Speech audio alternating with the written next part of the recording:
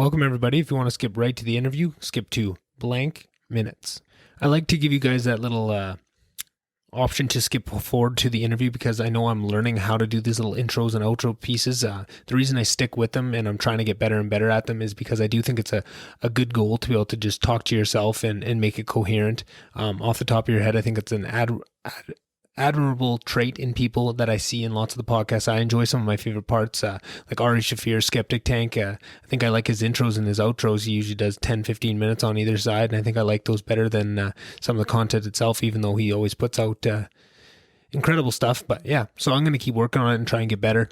And then I'll just keep giving you guys a little timestamp to skip past it if you get annoyed by this. So yeah, it's First day off of Sober October, Optimized October, whatever I was calling it, today. Haven't really done anything special. Just, I don't know. Didn't really have anything to celebrate. I feel like I did really well in some areas and really stuck to it and kind of dropped the ball in other areas. I'm always very hard on myself. So I feel like I could have done a lot more and a lot better with it. But like I always say, you got to have understanding. And it was a crazy month with stuff at work, stuff at the podcast. So I think I did admirably with given the situation that came up surrounding that month. So yeah, I'm thankful for all the people that supported me throughout the month and did their own little optimized October things that they gave up, whatever it was, whether it was just booze for the month, whether it was diet pop, whether it was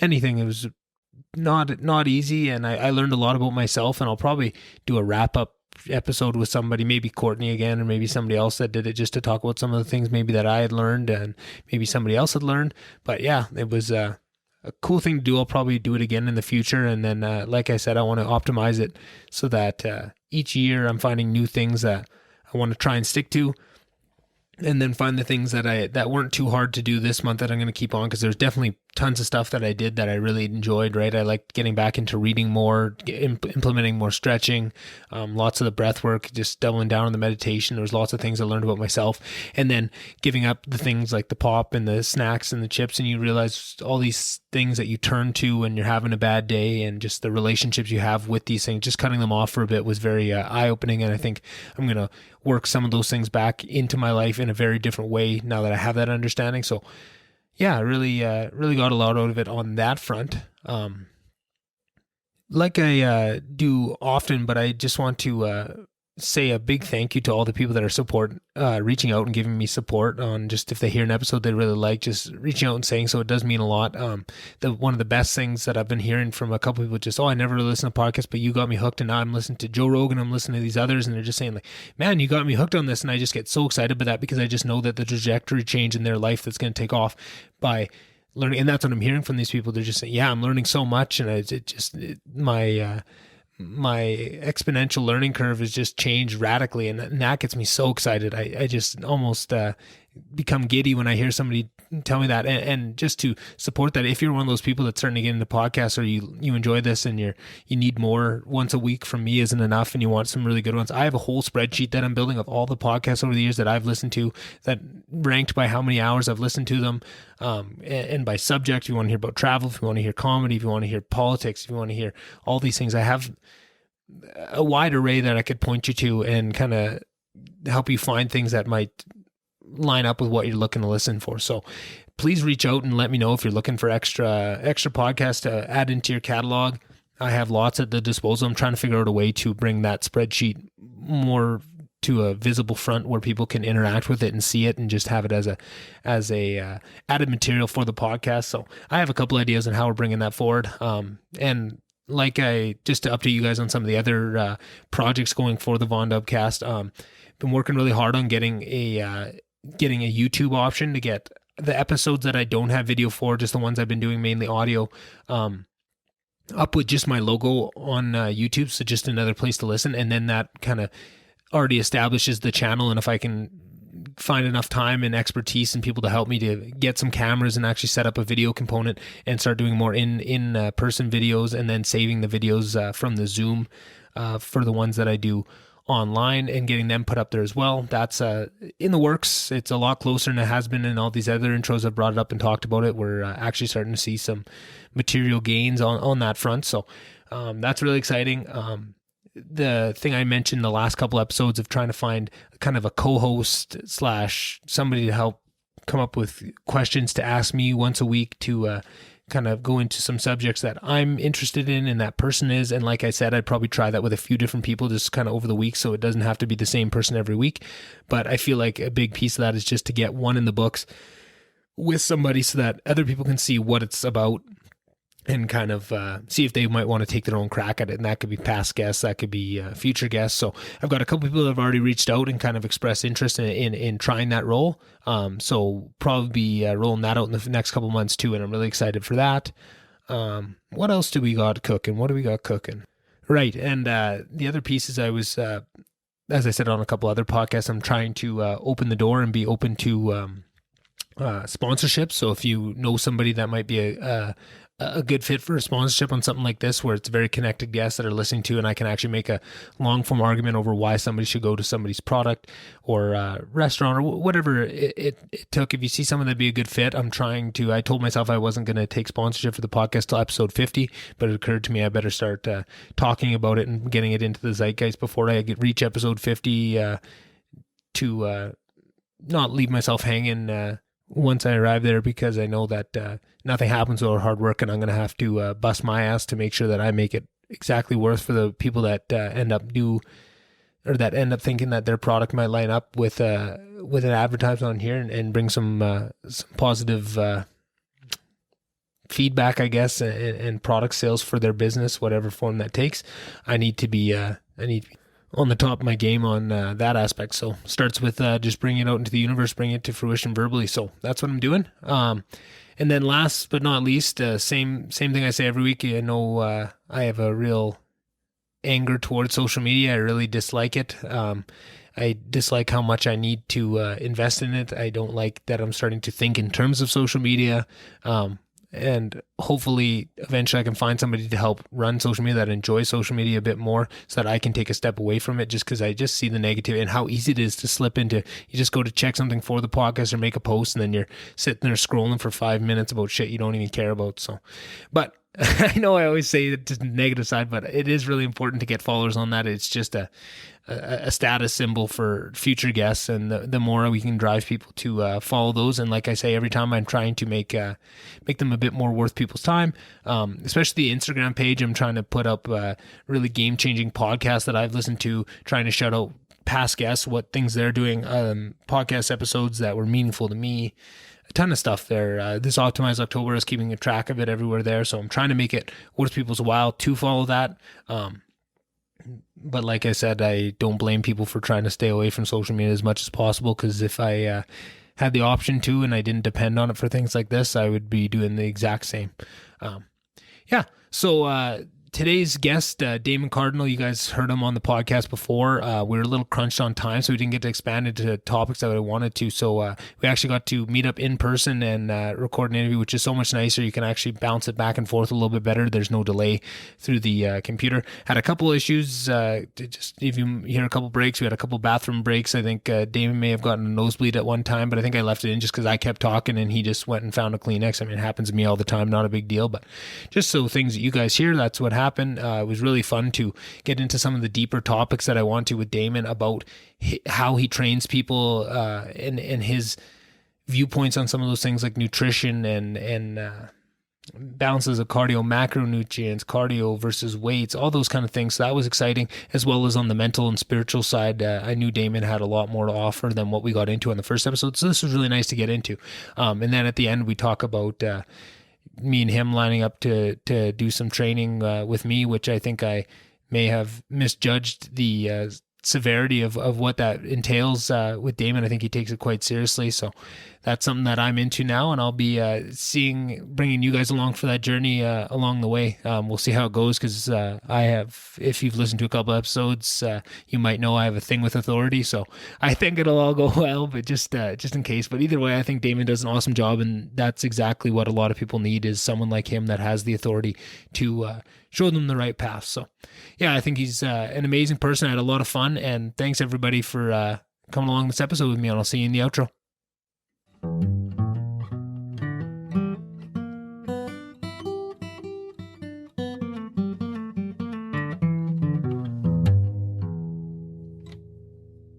All right. Well, welcome, Damon. Thanks for being here again. Yeah, of course. I'm excited, man. I'm excited to do it in person. Yeah, this is a lot better. I know I've been doing most of them through Skype or Zoom or whatever it was. And it's not bad. It's something that I think I had more of a fear of going into it because I'd heard so many podcasts talk about how, only in person works. You can't do it through Zoom. It's such a disconnection and stuff. And I think that really scared me away from it a bit. And I was so worried about how it's going, but it's not bad. But you can definitely notice it's harder to pass conversations back and forth when you're through a computer. Just that 1 or 2 second delay makes it a bit tough.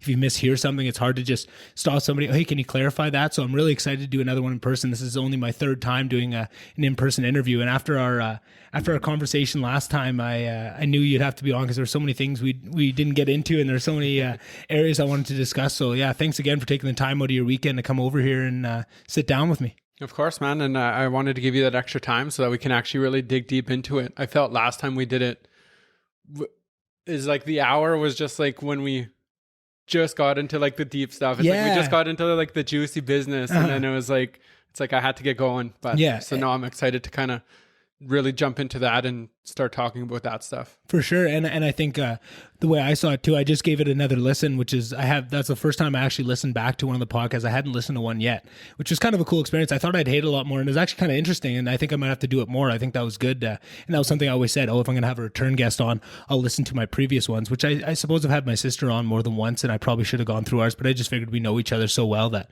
I know kind of the topics we cover and don't cover.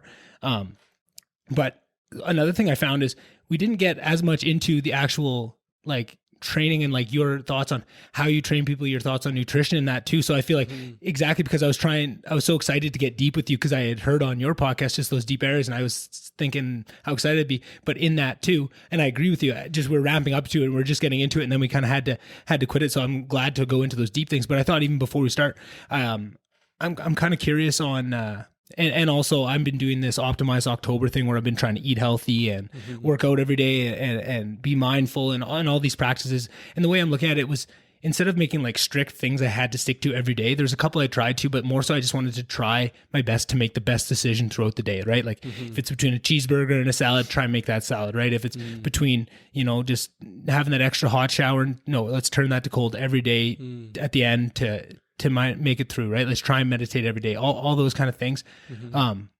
And one of the things I started that off was reading that book, Own the Day, Own Your Life by Aubrey Marcus. And when I finished it, I actually texted you to see if you had read it. I wanted to kind of run it by you, and you had read it too.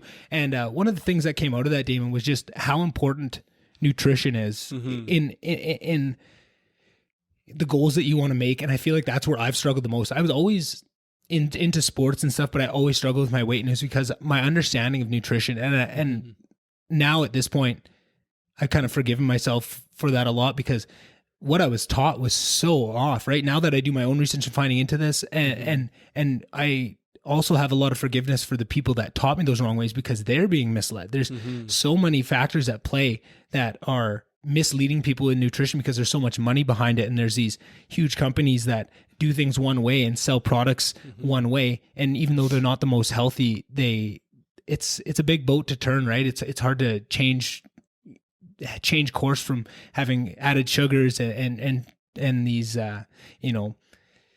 vegetable oils and processed foods that are just terrible for you, but there's a lot of money behind them, so it's hard to fight back and it's hard to be educated. So I know your expertise in the workouts and stuff, because I've seen some of the stuff you do. It seems like you have a pretty good handle on that. But where do you think nutrition fits into all that, and how do you try and train nutrition with all those barriers that kind of just went over? So nutrition is, if not more important, it's just as important, if not more important than the actual training. And then nutrition itself is such a vague term. It can mean so many different things. And the reason for that is every single person's body is different.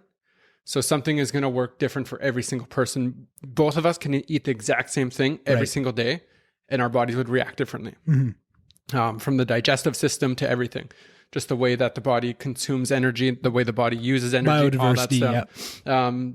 The way our hormones are operating, just all these things go into play. So it's hard when, like you said, we have these big companies who have all these, like, I guess like fad diets is what they're called, whether it's ketogenic, whether it's paleo, whether it's low carb, whether it's whatever it is, all these different diets. What I tend to find is that they're very restrictive, and anything that is restrictive isn't going to work for a long time. Yeah. And even you look at somebody like Aubrey Marcus, who is huge on keto. Keto isn't for everybody, and I love Aubrey, and I think he's a super smart guy, and he has a lot of valid points. But I think when somebody like that is so keen on one diet, a lot of people will just take his opinion and be like, okay, that's the way to go. Yeah. I need to do keto. But the thing is, you're not training the same way Aubrey is. You don't have the same amount of experience that Aubrey has. You're not taking the same supplements, the same vitamins. You're not doing the same things that he is doing. So it's going to be hard to expect those same results. Right. And the tricky thing is yes, you can see results doing these restrictive diets. You can see results doing keto. You can see results doing paleo. You can see results doing anything. But how long is that going to last? Right. At what point? How sustainable it is? Is it? At what point down the road are you going to realize that this isn't for me? And then you're going to binge and, okay, you're doing keto. You're not eating any carbs. And then all of a sudden you eat a little bit of carbs and your body reacts to that. And then it's like, oh, fuck, this doesn't even work. Yeah. So for me, it's about finding, to bring it back to the question about how I bring that into training with my clients, is when I'm doing nutrition coaching, I look at where they are at, what they are currently eating. So I use an example right now. I have a client he's eating out 3 times a day, 3 or 4 times a day. He's eating out. He's going to Tim Hortons. He's going to McDonald's, and he's eating this disgusting food. Now, I can't tell this guy, okay, you know what, dude, we're doing keto today. Right. That's going to be overwhelming. He's not going to be able to do it. Maybe he might be able to maintain that for a week, maybe 2 weeks, maybe a month. But after that, then what? It's not going to last. So what I do is I look at where they currently are and slowly start to integrate different habits, different techniques, or different principles that are going to help them build that sustainability that's going to last for their entire life. Not just if I'm training with them for 3 months, by the end of that 3 months, I want them to have enough knowledge where they're going to be able to carry that on for the next 10, 15 years. And knowledge is a huge piece of that too, Damon, the way I see it. I think, and this is a microcosm for so many other things too, but I feel like so much it's these fad diets and stuff that are quick fixes in ways because people are so desperate for low effort that they don't have a full understanding, right? Like, I think you can take keto for an example, right? People don't understand the actual, unless you watch like a 3-hour podcast on Joe Rogan with a keto expert that actually explains the ins and outs of what ketosis is, the functions in your body, right? The ability for your body to run off burning fat, the transitionary periods, the ill effects, the positive effects. If you don't understand all that and you just hop on, oh, I've heard about this keto diet, I'm just going to follow the rules without the understanding behind it, you're destined for failure. You don't know what it is. You don't know what you're prepared for. And I feel like so much of, and that's just to use that one diet, but that goes for all of these diets. You don't understand the actual physiology behind it because nobody wants to do the work to understand it. And I feel like that's whatever that diet is going to be. And I think what you said about taking it, where they are right now and just adding that knowledge little by little instead of overwhelming them, because that's the other thing. Now you say that, okay, so I understand I need to really understand this diet. So you go and try and go down the rabbit hole of fully understanding ketosis. You need a biology degree to really understand that stuff, right? You're going to get overwhelmed. It's going to be too much for you. So I think you're really on the right track with bringing that in slowly. And I think you're very much, down the right path with that. And I think that's really going to help people. And I think that is also something that you mentioned of just ketosis not being for everyone. And then I was just listening to a guy on Joe Rogan just this weekend, and he was talking about how full-time ketosis is not as healthy. They're finding new studies that being in ketosis full-time very strictly has a bunch of ill benefits or externalities on the negative side that are coming in that people weren't realizing, right? But people get so zealotous. I don't even know if that's a word, but they get so caught up. It's almost a religion, right? Diets to people get so caught up in it that they don't want to even speak anything bad about it, right? If ketosis is your thing, right, that you don't want to even bring up any of the negative aspects of it. And I think that's where we see people get into trouble, because you have to be able to have a adult discussion about the positive benefits. Nothing's going to be perfect, but for some reason we always want things to be perfect, right? So it's cool that you said that, because I think ketosis or ketogenic diets are a good tool if used appropriately, if understood. But I think that goes for all diets, is if you try and restrict yourself, and I think you even mentioned it, so much of those pieces of why those fad diets fails, because they're so restrictive. They're not sustainable, right? And you have to find that level. And I think the best way to find that level is just to slowly work your way into it. I think people just, I don't know what that is, that people always look for those fad diets of, and myself too, I'm guilty of this, of just jumping into things 100% instead of just doing it in a slow actual mindset shift of changing more, of making it a lifestyle change than a thing we're going to try and just, this is who I am now and I'm going to fully dive into it. Right. I think what that comes down to is we've been geared towards that instant gratification. Right. Whatever we want, right. it's so available to us. If we want to go buy something, we can just drive down to the store and get it. If we need money, we know that we can trade our time, and 2 weeks from now, you're going to have that paycheck. Yeah. So now we're kind of stuck in that mindset where it's like everything is just so available to us, so that we try to do everything in the fastest possible way we can. Yeah. But we don't think about the long-term gains of it. We don't think about the long-term plan of it. Yeah. And we're just try anything that's going to get us the quickest result. Yeah. And that instant gratification, and that comes in so many areas, right? Like, and that's what steers people away from the knowledge part of it too, kind of what I said of just, you need to understand these stuff, but nobody wants to do the research to drive in, because that's not instant gratification. That's work. People want to go away from the work. They want that pill they can take. They want that shake they take once a day and it makes the pounds fall off them. But anybody with half a brain knows that that's just not how the world works. Right. But still we try and slip into that, because that's all we're programmed to do is look for that instant gratification, have our hands held, because more and more throughout life, things are getting easier and easier. You don't have to go to a book to learn things. You can pull it up on your phone. You have all that knowledge. The negative externalities of that are huge, and people are getting soft in a lot of that. And I think that's where the way I see it too is almost more important than the actual physiological effects of working out and getting onto a good regime where you're actually putting your body through the paces and stuff. I think and that is so important for a million reasons, right? For heart health, mental health, so many of these things, but then just to prove to yourself that you can do something and that you can, it's not an easy fix. It's one of those purest examples that takes all the bells and whistles, strips them away of, I can go every day and work out and there's going to be results, right? You probably got to stick with it for a month to see a better results, but you have to, right? And that's that slow burn that you see. That's the only way you can do it with exercise is slow and steady. But it just trains somebody's body to, okay, this is how it works in everything, right? Slow and steady, constant effort is how you're going to grow in anywhere, whether that's you at work, whether that's you in business, right? It's slow, constant growth, and always getting up and trying again is what's going to get you there. But like you say, everyone wants that instant gratification, and with nutrition, it's tough, and it's one of those things where it's so easy to fall off. I mean, with exercise, it's you against yourself, right? Absolutely.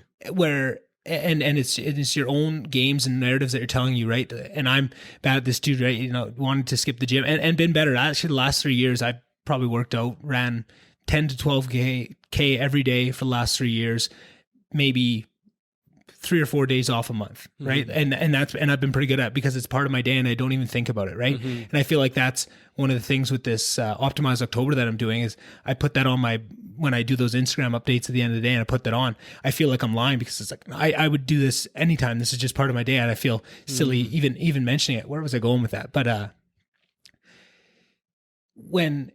yeah, that's where I was going with that. So it's you against yourself, right? And so stories you tell yourself, and you just got to get over there, right? Joe Rogan calls it conquering your inner bitch, right? And that's one way to talk to people. I feel like Joe Rogan's really on the right track with a lot of stuff he does, but I feel like a lot of times he doesn't understand as much where he comes from and how not everybody thinks that way, right? He's such a inspirational person, the way he inspires people, it really connects with a certain subset of people. But I think there's a lot of people that it doesn't. And I feel like that's something that a lot of people get turned off by. For sure. Yeah.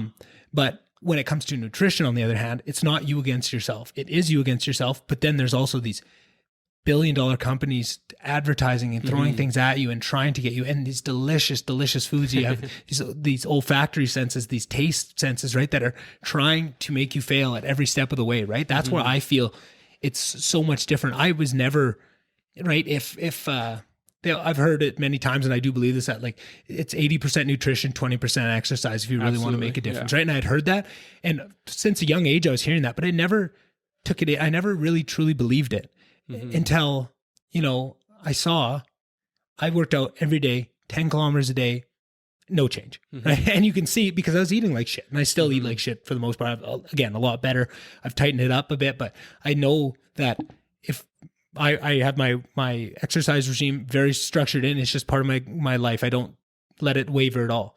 But my weight still fluctuates quite highly, and it's all due to that nutrition, right? And people just think, oh, if I could get to the gym every day and run that 10K a day or whatever it was, go lift weights every day, I'll be solved. But that's not the whole story. You need to have it. And I just feel like it's one thing that people have to accept what they're up against, and that's a big piece of understanding it and forgiving yourself when you do mess up, because it is a hard battle, like if you walk through, and that's why it's so and we're starting to see different generations have different aspects of this too, because if you look back 40, 50 years, the kids as growing up, they weren't advertised sugary foods on the level that we are now. It wasn't the flashy, the cartoon commercials on all these things, right to kids that are when you're a growing brain. And I feel like there should be some more strict rules on what kind of advertisements to kids should be done on everything, toys, nutrition, all those kind of things, right? Everything. It's very unhealthy, but we're starting to see the results of it. And it ramps up because those advertising agencies got better and better as we go. So now you see a kid that's growing up today, right? You're a father. You probably see that too now, that mindset shift. And that's something I want to ask questions about too, because that's something I'm very curious about, and is a big part of my life that I want to get to eventually. And a lot of these things that I talk about in growth for myself is because I do love kids so much and I want to have kids, but I feel like I'm almost not ready, and I have so much to work on myself that I want to get ready for that. But that worries me. That's one of the big worries I have, is that because I see how hard it is as an adult to get through and navigate those waters of all that advertising and those pressures that are on you. And I can't imagine like going through it as a 12-year-old, 13-year-old, when you grow up with a phone your whole life. Like that is going to be a tough sled, right?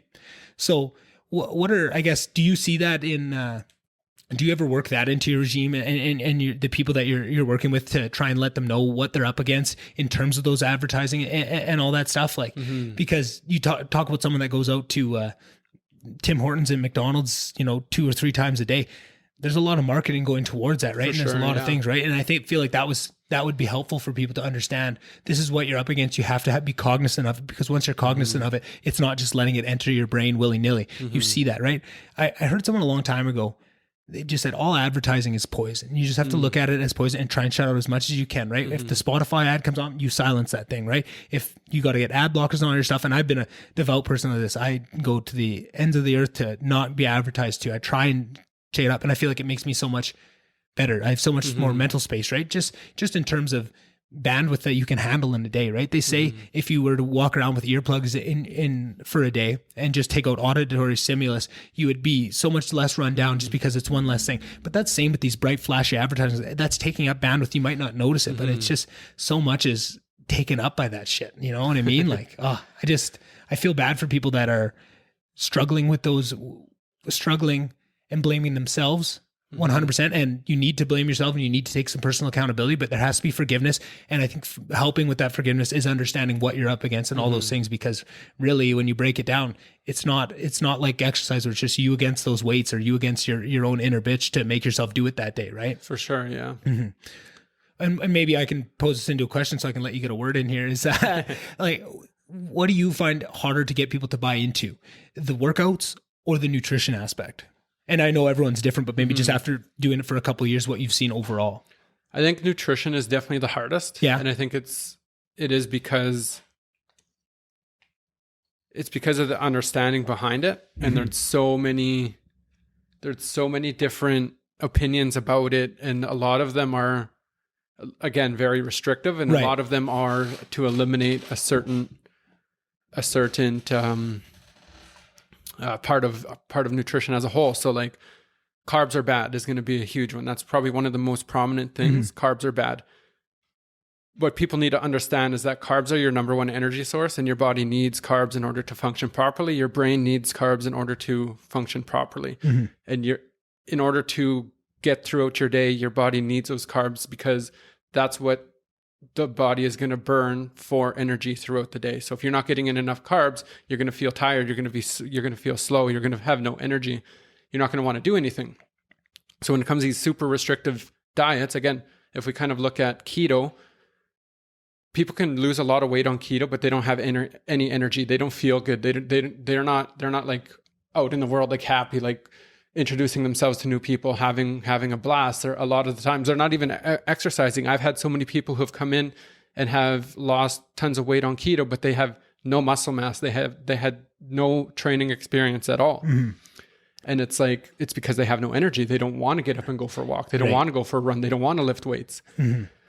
And I think also another big piece of that too, because I think I've heard lots of people that do keto and said they have the best energy they've ever had. And I think that goes back to where you started this all saying biodiversity is a hugely important thing and all these diets affect different people differently. But then it goes to that knowledge base too of how you do it, right? What kind of things are you eating when you're in ketosis, right? Is that, are you just eating, fatty burgers and stuff and or are you eating avocados and getting your healthy fats and getting that way? And how does your body adapt to it? Are you testing with ketogenics to see what are you actually into ketosis? Are you cheating a little bit and keep kicking in and out of it? Because exactly, that's going to be a huge thing is like how many people are actually doing the ketogenic diet for what it is. Yeah. How many people are, okay, I'll have a little bit of carbs right here just to have that energy. It's like, we don't really know who's following it 100%. Are you taking exogenous ketones to help fill those in and help kick you back into ketosis, right? And then when you say like not exercising too, that's a huge piece of it to help facilitate your body into that fat burning cycle and help getting you back into that. You need to be exercising or it's not going to work, right? If you don't exercise and you just switch a diet like that, your body's just going to start eating itself, like you say. But that's that. It goes back to that understanding. If you hop onto it, it's a quick fix. I see the weight falling off, so I stick to it. But it's not a healthy way, and that's so much of it. But that's so that'd be fun for you to navigate. I'm sure of seeing this and trying to explain that to people, right? For sure, yeah. And it's just to go back to the question about. All these different things are kind of, we're being told not to do this, not to do that. Carbs are bad for you.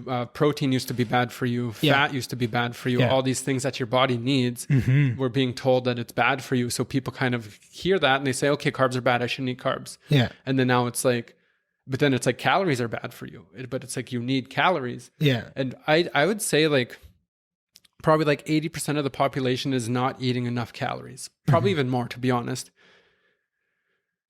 Because there's, I don't know if you're familiar with the BMR, basal metabolic rate. It's the basic amount of calories that your body needs in order to, again, function properly. Right, and that's just without anything. That's exercise. It's just running your systems, right? Just to run in. If you were just to lay in bed for 24 hours, your body would need anywhere between 1,000 to 1,800 calories just to function properly, just so your lungs would work, so that your heart would work, so that your brain would work. So all these and that's very different for different people, and it's going to be different for each person depending on how big the person is, how much muscle they have. If you have muscle, if you have a lot of muscle mass, then your body's going to need even more calories in order to hold on to that muscle, in order for the muscles to function.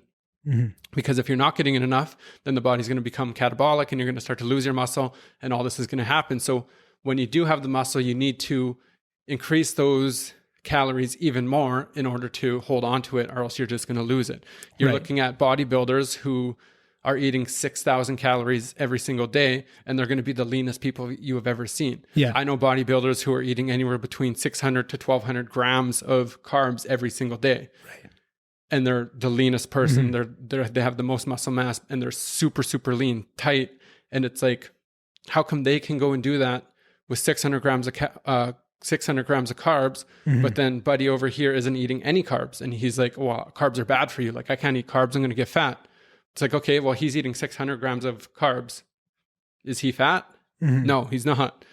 So it's that fear of different macronutrients that your body needs. And some people fear carbs, some people fear protein, some people fear fat.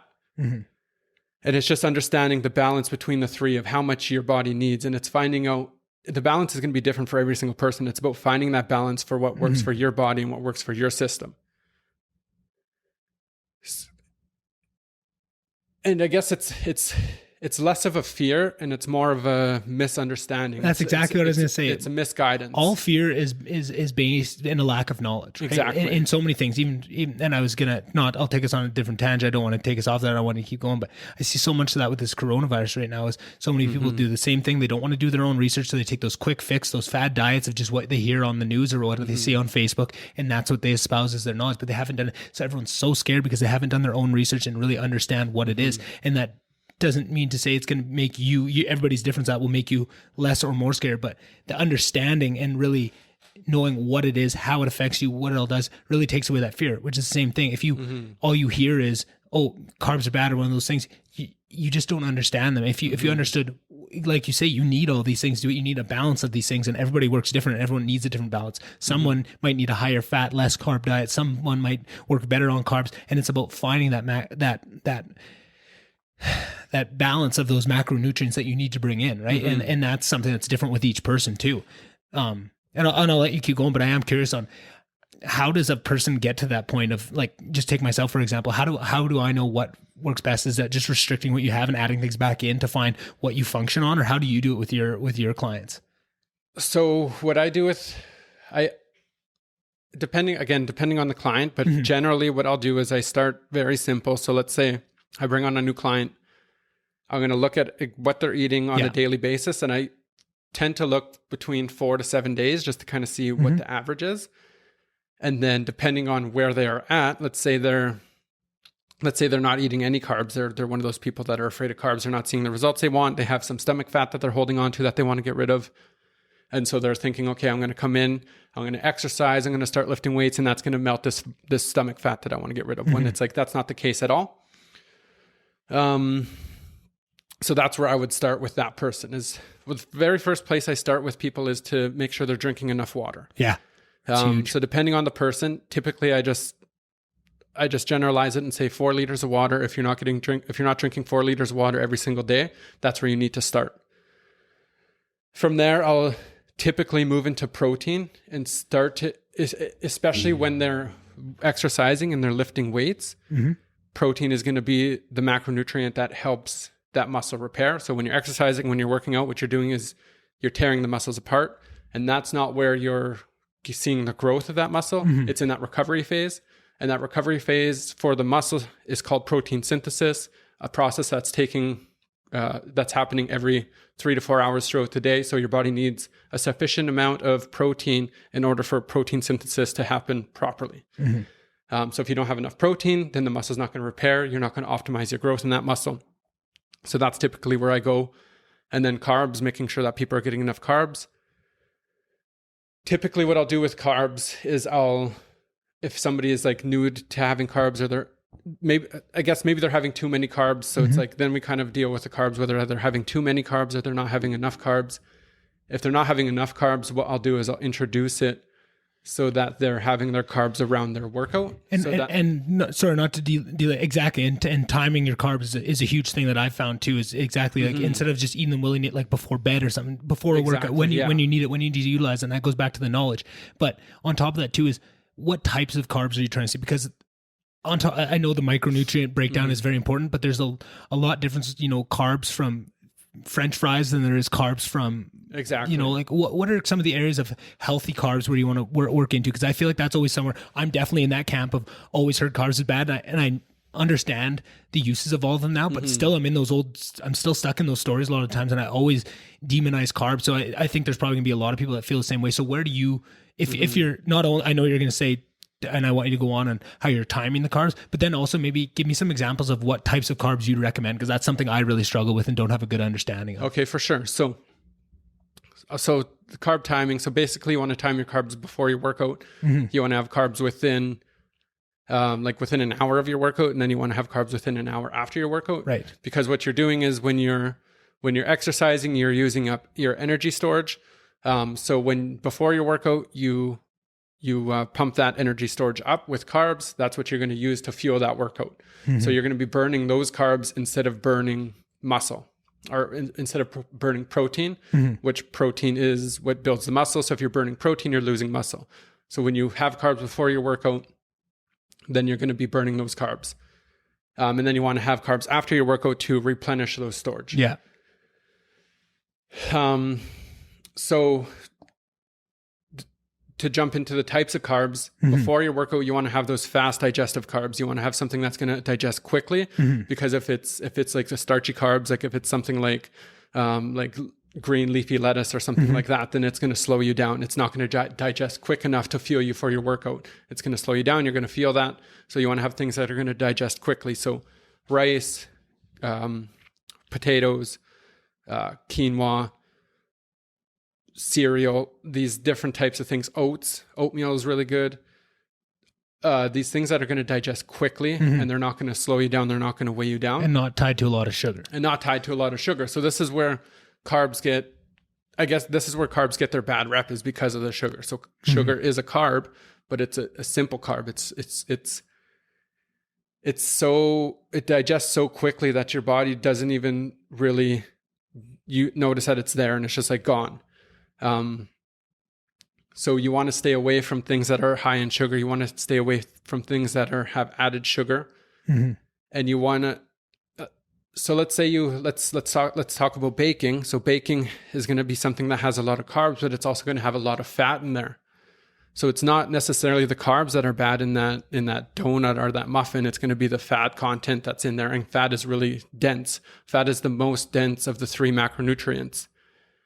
So carbs and protein both are 4 grams per 1 calorie, and fat is 9 grams per 1 calorie. So 1 calorie of fat is equal to 2 and a bit of carbs and protein. So it's a lot more dense. So fat is going to have a lot more calories in it. So that's why when you have a mixture of both, then that's where it's not necessarily that the carbs in it are bad or the fats in it are bad. It's just that having them together is going to increase those calories so much. And that's where the weight loss is going to come from. The weight loss isn't going to come from having X amount of carbs, X amount of protein, and X amount of fat. It's going to be having less calories than you're consuming. It's going to be about burning less calories, it's going to be about burning more calories than you're consuming. Yeah. It's about that energy balance. So calories are basically just energy. It's your currency for energy. So when you're eating too many calories, doesn't matter where those calories come from. Doesn't matter if you're eating 2,000 calories strictly from protein. Not that that's a good thing. It's just like, it doesn't matter where those calories are coming from. It's if you're not burning 2,000 calories, you're going to hold on to that weight. Yeah, it's a surplus deficit on calories, right? And then within that too is you understand certain macronutrients have different calorie amounts, right? And you have to build it up, and you have to build so you are getting the right balance for you for how your biodiversity works better. Within, just say 2,400 calories is your window with your base metabolic rate, and whatever exercise on top of that, it equals out to about 2,400 is your average for a day of what you burn between your workout and your base metabolic.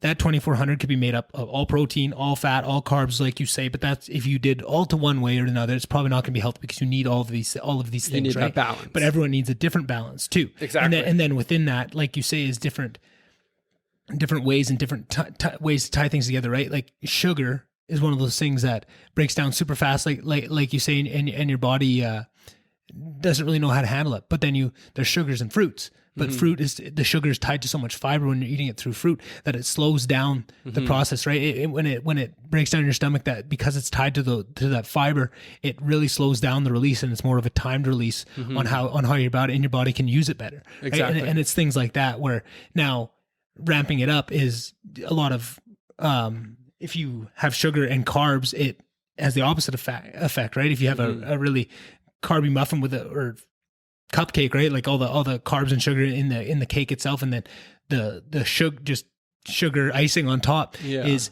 you're really ramping it up, right? Because not only are you having that sugar, but then those carbs, those simple carbs are breaking down into sugar as well. And it just, it creates that negative feedback loop. And again, this goes back to the knowledge of people have to have that understanding, because if you don't understand those factors, right? And that was a big part of reading Aubrey's book, was very eye-opening on how these macronutrients work together, because I always kind of had a base idea of what the different ones did, right? Carbs do this, fats do this, right? And it was, his book was a lot about talking about the demonization of fat and how it's actually very healthy for you and you need fat. But it was years and years ago, the sugar industry lobbied and made a huge push to demonize fat instead of sugar, right? They falsified a bunch of studies at Harvard. It's if you look into it, it's actually very scary, and it's a microcosm of a bunch of things that are happening these days, where money can influence past what we would hope regulatory bodies would catch. But money does a lot of things, right? and it can push to it, but you need to have that understanding, that knowledge of how these macronutrients work together, and timing them too, like you said, using them effectively, not just eating them willy-nilly, right? Like a big plate of French fries before bed, right? You can treat, you probably shouldn't eat French fries every day, but every once in a while you can treat yourself. But if you, instead of treating yourself willy-nilly whenever you feel like it, if you plan it and you do it consciously around a workout, like you say, either before or after, to replenish or to build up, you can cheat without having so much negative effects, right? And I think that's super important for people to understand, but it is a lot of knowledge, and it's hard to spread that message unless somebody, goes to someone like yourself that can help walk them through. And that's what's so important about people reaching out, looking for help too. Or if you don't feel you can do your own research, I always feel like the best is realize it yourself. If you can go and learn it and find these things yourself, is the best way it's going to come to you. But if that's not for everybody, some people need that extra push, and you need someone like yourself, Damon, to help walk you through it and make it into bite-sized pieces of management. Maybe that's not changing your whole diet and understanding all these things all at once, but just taking small steps and slowly working towards it and making it more sustainable, more manageable is super important, right? Yeah, for sure. And like you said, like they found out that, what, fat's actually good for you and your body needs fat. But now what they've done is they've gone from one end of the spectrum where carbs are bad for you, carbs are good for you. Carbs are going to be your energy source. And now they went to the opposite end of the spectrum where carbs are bad for you and fat is good for you. And now it's like, now we're having no carbs and we're having high fat. But it's like, again, we need to find that balance. Yes, and it's got to be in the middle. Yeah. And the balance is, again, for somebody it might be here where more fat is better for you, but you still need the carbs. Somebody's going to be over here where more carbs is better for you, but you still need that fat. Yeah. Somebody might be right in the middle. Everybody's going to be somewhere different along that spectrum. And then within that spectrum, wherever you fall, and that takes a lot of experimentation and staying in touch with your body and being in touch with how you feel and how certain things affect you. Then within that, once you find that mix of what you need more for, you still have to fit it within that framework of calories, right? Because all those different macronutrients. But like we said, if you're over or under on your calories of what you're burning, if you're taking in more than you're burning off, you're still going to gain, right? And then how you exercise and what those macronutrient profile is, that those gains can be in muscle or those gains can be in fat. Right? Yeah. Adipose tissue. Yeah. And exactly the opposite too. If you're taking in less than what you're burning, that combination of the macronutrients plus what you're doing and what you're burning, what kind of exercise you're doing, that can be burned in eating muscle or eating fat. Right. It's very much a very fine balance of that too.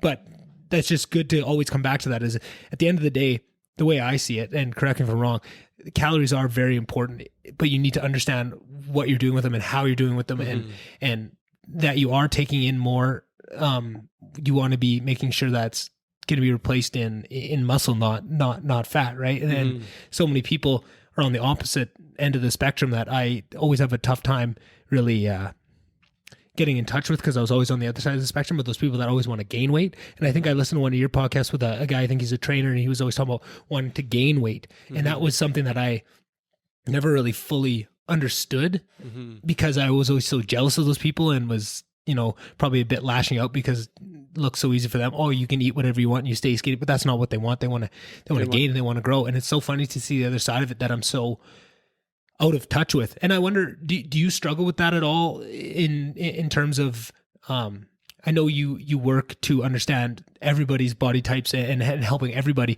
but I find I just kind of putting myself in your shoes. I feel like I would struggle a bit more with the people that weren't trying to lose weight and trying to gain weight, because that was never something I experientially felt. Right.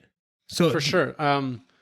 I guess just to start off, like, just because I've lost a bunch of weight doesn't mean that's necessarily my target client. Right. And I understand why people, I guess, assume that. Uh-huh. And I hired a business coach, and that's kind of what he assumed. That's kind of where he pushed me towards, is that I need to help people who are trying to lose 100+ pounds. And I was like, okay, like I'm paying him money, so I'm going to do what he says. Right. Yeah.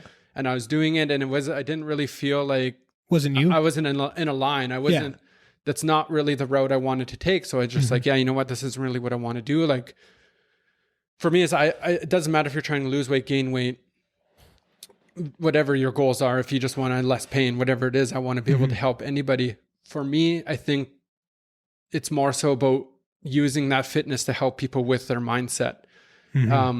So yes, I do have clients who are trying to gain weight, who still struggle with the same mindset issues that somebody who is 50 pounds overweight, same person who is 50 pounds underweight, has the same mindset. They're thinking the same things. Obviously that looks different. They're not telling themselves that they're too fat. They're telling themselves that they're too skinny. And it's hard for somebody who is overweight to look at somebody who is underweight and find connection to find that they're on the same page. Yeah. Just because they look differently, they're on the same page, or they're struggling with the same thing. And in the industry, I know people that, to the average person, are the leanest people they would know. They're the most fit person that they would ever see. You see this person, it's like a fitness model. It's like, oh my God, like, look at that person. Like, that's everybody's dream. But that person who everybody is looking up to still struggles with the mindset, still has body issues, still doesn't feel that they are where they need to be. Imposter syndrome. Yeah. They can have 8% body fat and 10-pack abs showing, and they're still pinching their stomach and saying, fuck, I have all this fat here. Yeah. And it's just like, understanding that we're all kind of in it together. Like, none of us are, just because we look different or we have different goals, doesn't mean we're not feeling the same way. Doesn't mean we don't have the same thoughts. So when somebody comes in and they're trying to gain weight, it's the same idea. It's like, okay, some person A is trying to lose weight. Okay, you got to eat less. Person B is trying to gain weight. Okay, you got to eat more. It's the same principles. It just looks different. Yeah. And it all comes down to that self-love and starting to break down those stories that you're telling yourself, right? Those that you're really on the money there, Damon. Cause I was thinking, like, man, that's funny that I don't connect with them. But now that you put it that way, of course it is the same story, right? That same thing that you struggle with, and just body issues. Nobody's ever happy with it, right? Because we're taught from a young age to not be happy with it. There's always more to strive for. You're never good enough, right? And that's a tough place to be. And like I had said on our last podcast, is that something that I really struggled with until I started to love who I was more so, especially with my body, because that was the thing that would always hold me back, was the issues I had with how I looked, right? And how people looked at me, or how I thought people looked at me, right? When really everybody else is more concerned about themselves and don't really care, about what other people are thinking. But it's a very important piece, because I think that's the most important piece. And I think that's what drew me to you and I was so impressed with what you were doing, because I do agree that is such an important piece of the puzzle, is that mental side, and actually making a change. Once you have that, all those other things can start to fall into place. But if you don't have that, you could be doing all the workouts in the world, trying all the diets in the world. But if you don't have that, you're not going to find success, right? And I think that's a beautiful place to start. And if you can, I think we talked about this a little bit on the last podcast, is that's hard to find out when you can bring that learning to people, because everyone takes that learning at a different rate, and everybody has to be ready to hear that at a different rate too. So I think that's what is so nice about it with personal training, is you can kind of start slow with that, because the workouts you can jump right into, and if you help people along and you're nice to them and you help support them, that gets them in the door and starts to show some positive changes. And then you can slowly work that in. And if you find someone that you think, oh, I'm having a really good connection with, so I think this person really get it, I might try and bring some of these bigger topics to them earlier, right? Or you can slowly dribs and drabs it in, right? Just a small comment here, and just kind of help build that up until they're ready to take on that understanding, right? And I'm sure Absolutely. you see that every day. If some people can, they have that within a month, they really had a shift in mindset and they understand where they were going wrong, and you can help them to that. But some people can probably go 2 years and they partially understand it, but they haven't totally bought in. They haven't seen those big changes. A lot of it does happen naturally as well. So if you're exercising, your body's going to change. You're going to see improvements, and that is naturally going to increase the way you see yourself, which is going to increase your confidence. Right. So another thing that's going to happen when you're working out is you're going to build mental toughness. So if you're in the gym and you're pushing yourself to your absolute limits, then you're going to understand. So, and this is going to most likely happen subconsciously, but you're going to understand that kind of whatever happens to you throughout that day or throughout that week, you now know that you can push yourself through things. You can push yourself through these limits that you didn't think that you would be able to before. Right. So I think those two things are going to happen naturally, and they're going to occur subconsciously. You're not going to start to realize that they're happening until all of a sudden it's been 6 months and you're like, wow, I feel amazing. And then you look back at it and it's like, okay, well, like I started working out consistently 6 months ago. My body looks completely different. I feel great. My energy is higher. Yeah. It's because that self-confidence is so much higher now. And then same with that mental toughness. Like that mental toughness has just increased so much because you've been putting in that work on a daily basis, on a consistent basis. So you're able to deal on different variants, on different levels for each person, but you're able to deal with the shit that happens throughout your life. For sure. And I think one way I always like to put that, Damon, because I find this in lots of stuff, it's people getting a small taste of human potential and their own human potential. I think human potential is limitless and what people can do. And I think it's all these stories and stuff that hold people back from it. And everyone's potential is different, but the maximization of it, right? You could take the most dim, like I'm trying to think of a nice way to put this, but you could take the person in your life that you just think is the most useless piece of shit, like they're never going to amount to anything, right? And whatever stories you're telling, probably a lot of that comes from yourself, but whatever. Even that person that's there, if they could maximize everything they could do amazing things, right? That might be in a very different way than you would ever think. It might be very esoteric into the one thing that they're good at, but human potential is amazing, right? And then you extrapolate that out into the people that you think are, oh, well, that guy's just medium, or I think that guy's impressive. That's for the most part, the differences that you're seeing for a lot of it is just how much they've tapped into that potential, how much they're trying to, right? And exercise is a huge way for people to get a small taste of, because like you say, once you say, oh, this feels good. Oh, I think I can do this, right? That is a big piece. And I think exercise is that, for a lot of people, but it can be, and it can come in other areas too, right? That can become, chasing a dream, like you like writing poetry and, just buckling down and telling yourself, I'm going to write poetry every day. I'm going to put it out on my Instagram, right?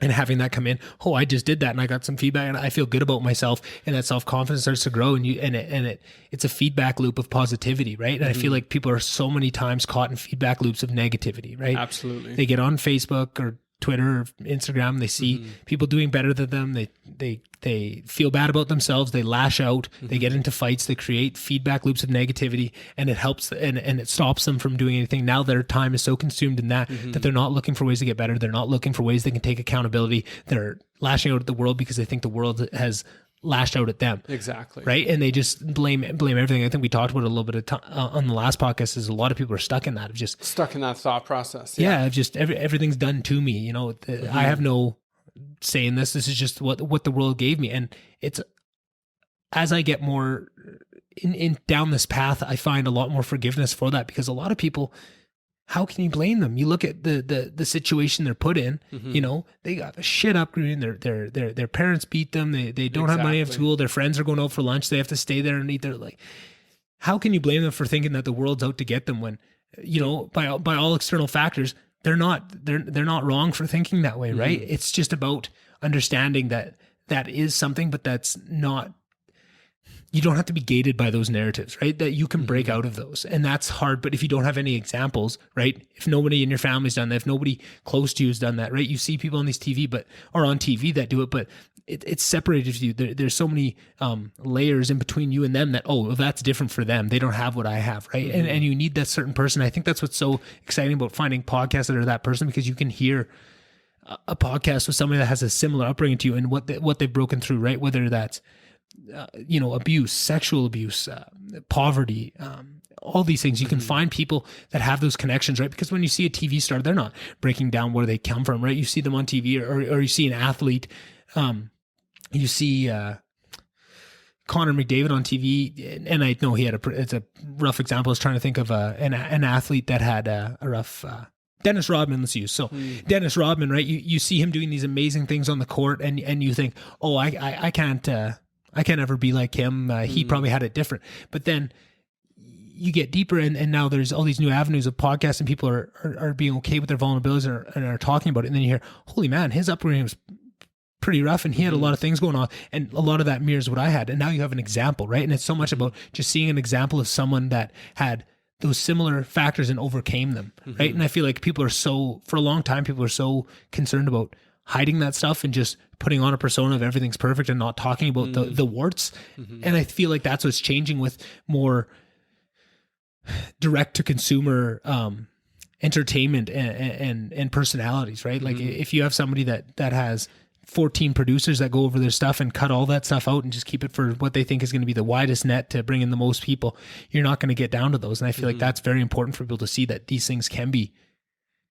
overcome, and you can break through them, right? And I think exercise is a huge piece that you see so many stories of people that, they just decided, well, all this shit's happened to me. I can't control nothing, but what I can control is I can go out there and I can go for a run every day because, I don't need money to go for a run. And sometimes it's a release and it gets them out of the house, right? And you see a lot of, just going back to sports, you see that, sports is my escape. Basketball was my escape. When the house was getting crazy, I could go to the park and I could ball, and I feel great. Yeah. I could feel great, right? And that's what leads people to find it. You just need to lean into the things that make you feel great, right? And it's tough for people when you're stuck inside those loops of negativity, and that becomes natural and that becomes comfortable. And then that's where you see the self-sabotage, because when you grow up with negativity and all you know is those negative feedback loops, it's very easy to slip back into them because it feels comfortable, right? You start really pushing the limits, and I find myself with this podcast too, of just, I fall back into those things that cause me so much positive aspects, and it feels so good. It's almost scary. And I find I'm sabotaging myself because I want to fall back into those things. It's just, why me? This is too hard. I can't work on my podcast because work's crazy. And it's not to say that work hasn't been really crazy the last couple of months, and probably was one of the poorest timings I could have, but nothing. Timing is never perfect, right? It just to be overwhelmed with everything going on, but it's easy to fall back into that. Why me? This is too tough, because that's those negative feedback, and it's hard to catch yourself. And the thing is it's a skill, just like everything is, catching yourself. And just to bring it back to something that I found great response from, and also a lot of allegories to other things in my life, is meditation and sitting there and trying not to think. And it's a skill, and you fuck it up all the time. Even after you've been doing it for 6 months, you're still going to be losing it, but there's no consequence. You just, I'm thinking again. I just got to bring it back, concentrate on it and bring it back. Right. And so much of that is just being conscious too. So now it's hard. You don't see those until you start to do things like that. You don't see those or find better ways. You don't see those negative feedback loops. So you don't catch yourself when you're falling back into it. But once you do, I'm falling. I see. I recognize this. I've been down this road before. I'm getting back in those loops. I need to pull myself back out, reframe, and reattack. Right. And that's what's so hard about it, because everybody wants just, I've made that realization, I'm good now, I'm never going to go back. But life doesn't work that way. You're going to fall back in these loops. You're going to have to get back up again. You're going to get knocked down, and you have to keep going at it. Right. And I feel like exercise is such a good allegory for that, because, it's never easy. It's always going to be hard. I've run 10K almost every day for 3 years now. Doesn't make it any, right? That it leveled out at a time where it's any less harder or more hard. And there's some days where it really sucks. Like this morning, I didn't feel good running, like it was just, I had to really push through it, but I know this is what I do. This is what I have to do. But you need those, because that keeps it easy. And then you enjoy those days where you're, sometimes you just go out for a run and you feel awesome and you're really pushing it, and you're making PBs and you're making times, and those are awesome. But you only realize those by having those days where, fuck, this is hard and I didn't want to do this. I didn't want to get out of bed for this. I wish I could just go back and lay down. And I think that's what's so important for people, just to get out of those feedback loops and get into some positive, not to say you're going to fall back into them a couple times, because you are, but you need to at least come to terms with it and have that realization to start being able to notice it, so that you can pull yourself back out when you do fall back in. Right. For sure. Yeah. again, not to keep hogging the whole conversation, but I think kind of to go back to what we're saying is exercise is kind of you versus yourself, whereas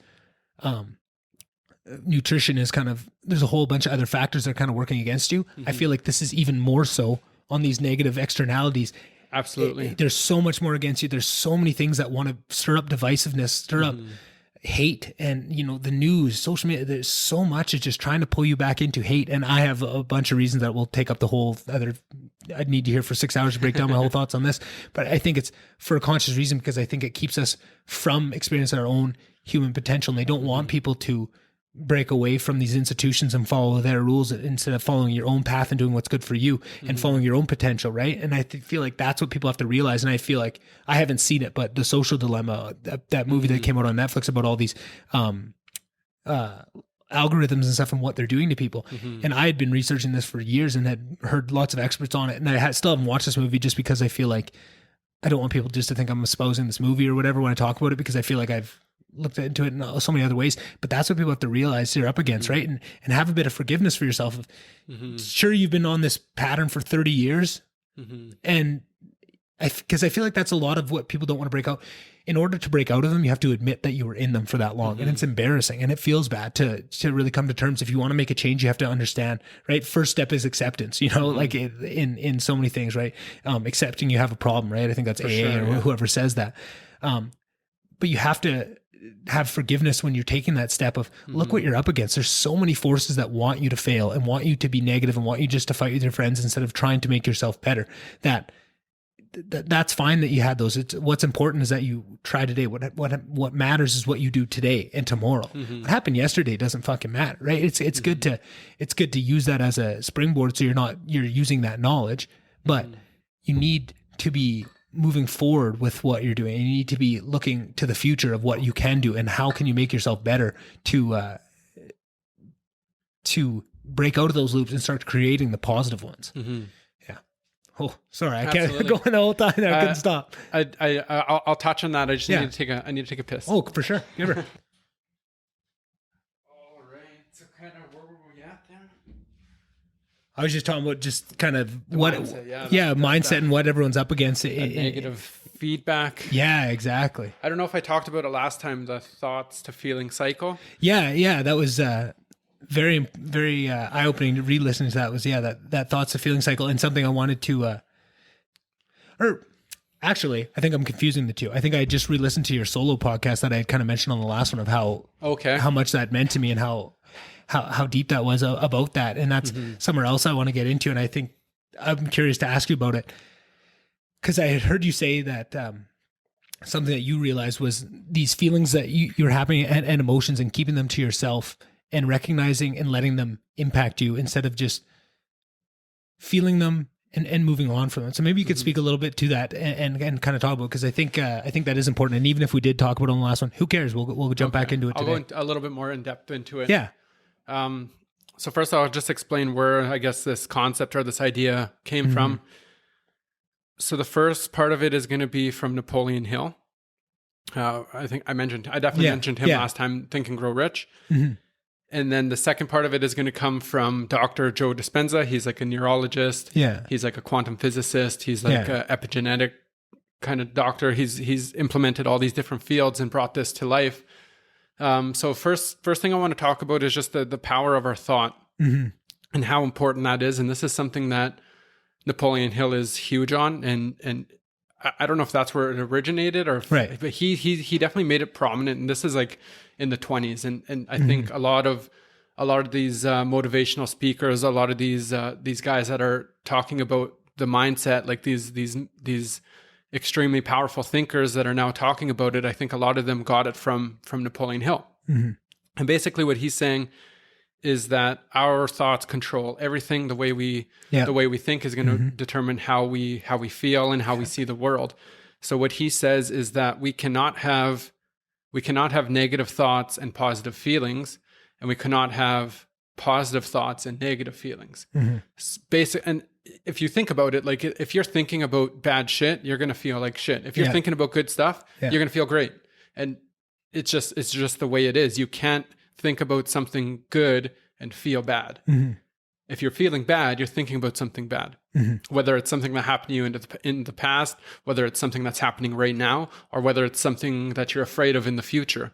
All these different things are going to affect you now and in a certain way, depending on what those thoughts look like. And they feed back, because if you're thinking shitty things happen, you're shitty to people, more shitty thoughts come because you're having bad, or if you think positive things happen, people are positive around you, have better feedback to you, and you think more positive, right? Absolutely. So, and it's like if you think about the things that you want, you're going to get those things. But if you think about the things that you don't want, then you're going to get those things as well.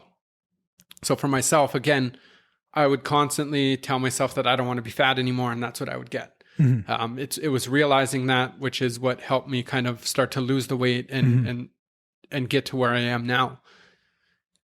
And so to come to the thoughts, now that we understand how powerful thoughts are, that thoughts kind of control your emotions, they control your feelings, and they ultimately they control what and how you see the world. Whether that's we can live in hell right here just by the way we think. So when we're stuck in this thoughts to feeling cycle, so now we know the power of the thought, we know that thoughts control how you're going to feel, and that right there is the thoughts to feeling cycle. So now when you're stuck in this cycle of negative thoughts, you have negative thoughts, you're going to have negative feelings. Having that negative feeling is going to bring on more negative thoughts, which is going to bring on that feeling even more. And it's just an endless cycle. And a lot of people are going to be stuck in the cycle for years and years. And you can every once in a while, you can kind of break away from the cycle, but then something is going to happen. You're going to have a trigger point that is going to bring that initial thought back. Right. Whether that's a childhood trauma, something happened, whether it was abuse, sexual abuse, whether it was poverty, like you said, whether it was like, it could be any of these things. Everybody's trauma is different. And everybody has trauma too. And I think everybody has trauma. And even if you had a great life, you because of how we evolved, you need trauma to grow. So we'll find trauma in everything. You could grow up in the most silver spoon. That's why you see the children of really rich people, you'll find trauma, whether you'll invent stuff about, oh, my parents didn't love me, or just all these other things. You need trauma. So everybody has trauma, and just, you have to understand that. And I think some people, like, I struggle with that myself. Of, oh, I can't have trauma. I had a great upbringing. My family loved me. So I can't have trauma, but you do. You do. Yeah. And it's like, and everybody's trauma is going to be different, and everybody's trauma is going to be relevant to that person. Yes. Because the worst thing that's ever happened to you is the worst thing that's ever happened to you. It doesn't matter what's happened to me. That doesn't affect your life at all. Because the worst thing that's happened to you is still the worst thing that happened to me. Of course. And I think, like you said, it's like we hear about these stories of people who have been physically abused, and maybe that didn't happen to you. So it's like, well, my trauma is not as bad as this person's. Yeah. So it's like, why I'm not allowed to feel this way because like my trauma isn't that bad. Yeah. So it's like, I actually worked with a guy who said he grew up in Toronto, and he kind of acted like this hard, tough guy who was like kind of grew up on the streets. And then he said, I've been through hard shit. Like, nobody knows what a hard life looks like. And it's like, dude, like we work like 15, 20 people. You have no idea what any of these people went through. You don't know if anyone, like you don't know if someone's been sexually abused. You don't know if someone's been physically abused for 15 years of their life. Emotional abuse is a big one too. For sure. You can't walk around and say that nobody doesn't know what a hard life is just because you lived a hard life. Yeah. Like, we've all lived a hard life. It doesn't matter. Yeah. Life is hard. Life is hard. Yeah. And that's not a bad thing. No. That's something that we need to embrace and accept, because having a hard life is what's going to allow you to live the life that you want. We can't get to where we want to be without doing something hard. For sure. You can't get the body you want without working out. Working out is hard. Yeah. If you're pushing yourself and you're pushing yourself to those limits, that's fucking hard. Yeah. And you can't get there without going through that pain. You can't get the pleasure without going through the pain. And I think that's something a lot of people don't really realize, is that we need the pain to get the pleasure that we want. And that's what stalls a lot of people out too, is that thought of, my pain, my trauma isn't as relevant as somebody else's trauma. I was never abused. So, and I feel like that thought alone stops people from diving in and looking at their own traumas, because they don't feel like, oh, I can't even look at that as trauma, right? Because it's not on the scale that it needs to be examined. And then that stalls people out, because they don't do that inner work to resolve those childhood traumas and those inner traumas that they went through. And now you're stuck in first gear because you can't move forward, because you haven't dealt with what you need to deal with to move forward. Right. Yeah. I remember this one story, and it's crazy because So let's say it was a little girl. Let's say she was 6 or 7 years old, and she wants to play with her dad, and she wants her dad to love her. And she's 6 or 7 years old, and her dad had a long day at work. Her dad is just like kind of sitting on the couch watching TV, just kind of zoned out, relaxing. And she's so excited to see him. She's happy to see him. She runs up to him like, "Daddy, daddy, like let's play." And he just kind of like pushes her away. Yeah. Not even thinking about it. Like just long day at work, just kind of like, okay, not right now. But the way she perceived that, the way she took that, she held on to that and carried that for her entire life as that her dad doesn't love her. Yeah. And then so as an adult, she went to her dad and talked about it, and the dad didn't even fucking remember. Exactly. And why would he? It's such a small little thing. It's like it's so much. And he like, how would he know that that's going to crush his little girl and something that she's going to hold on to for the rest of her life? 100%. And it's just like, it's like that. Yeah, that's a seemingly small thing, but to that little girl, that's fucking traumatic. That's huge. Your dad doesn't love you. Like that does not feel good. So like the fact that this little girl grew up her whole life thinking that because of one little moment. Yeah. But then now what she's going to do is everything that happens, her mind is going to prove that thought right. Yeah. Everything that happens is going to be like, my dad doesn't love me, because that's what she's telling herself. Yeah. So no matter what her dad does or says, her mind's going to tell her that her dad doesn't love her, and she's going to continue living her life that way. Yeah, exactly. And it's just crazy that, trauma can be something physical. Trauma can be something emotional. Trauma can be something ginormous that the world our society deems traumatic. Yeah. But trauma can be something that can be anything. It can be anything. It can be something small. Yeah. And it can be something unintentional. It doesn't need to be this masculine thing that, like, whatever, like it can be anything. At the end of the day, that's what it comes down to. And not looking into those traumas, and not looking at those stories that you're telling yourself, just stop yourself from moving forward. Like for myself, and I know I talked about this on the last podcast, but I was always had a very odd sense of myself, because I loved, and I still love my brain and how I think. And I think I love the way I'm creative, and I think of the world very differently than a lot of people. And I just love my weird brain. I think like sometimes I just talk to my girlfriend and be like, do you ever think of things that way? And she's like, no, you're a weirdo. And I love it. Right. But I hated my body. And the reason I did was because growing up, I was a little bit overweight as a small child, and it was such a big deal to me that I loved everything about myself, except I'd be told from my parents and from my family, my creator family, just, oh, you're kind of chunky and stuff. And it hurt me so bad as a kid, and I was so upset over that. Like that, so many of these dominoes that have fallen in my life, and so many of the issues I've struggled with all go back to that, right? And then, like you say, the stories that you tell myself, I couldn't lose weight because the story I was telling myself was, I would sabotage it because it was doing it for them. And I got to a point when I was probably like a preteen where I had heard those things growing up, and I didn't realize that trauma was there. But then when someone would comment on it, I'd get so hurt, right? Like, and it was just, and even if it was done the most loving way, right? Like you said, it's how you perceive it, right? Even if it was just like them saying, and I can't remember any specific examples to use, but just to show the power of it, of it doesn't matter how nicely it is, even if it was the most like nice way of saying it, like, hey, I really love you, and just like, I want you to be healthy and all that stuff, like the way you would hope that it would be done. And I'm not saying that's how it was presented. It probably wasn't. It was probably a little more blunt than that, but even if it was, it wouldn't matter. I'd get so offended and so angry, and I wouldn't know what to do with it. That then when I got to the point where I could do something about it and make my own choices with what I ate and what I exercise and all that stuff, is I would always sabotage myself because I felt like I was doing it for someone else. And a lot of it was with my dad. And I always felt like, oh, I don't want to lose weight because then I'm doing it for him. Right. And I struggled with that for the longest time. Right. I would never do it because I never wanted to, because then that was doing it for other people and for my family. And, your grandma that's made a comment and all those people that make it, it's doing it for them because that's what they want. Like, I still love me. I never had a problem with it. I was just being told that I was not good enough because of my body, right? That's not the thing I ever felt. I always felt fine, right? When I was a kid, I didn't know I was fat. That is something that's showed to you, right? And it wasn't explained to me the negative aspects of like the health and all that, which I feel like I was always such an intellectual kid that if someone had broke it down to me on that side, I might have understood it more. But that's just, people don't understand. Every kid learns differently. Everyone needs different things. You don't understand what they need, what type of love they need, what love language they speak, right? So you have to have forgiveness for that now. But until I got to that point where I could forgive those people that they were just trying to help me, they knew that they weren't doing that, and let go of that trauma. Then I started being okay, and I started to love myself, right?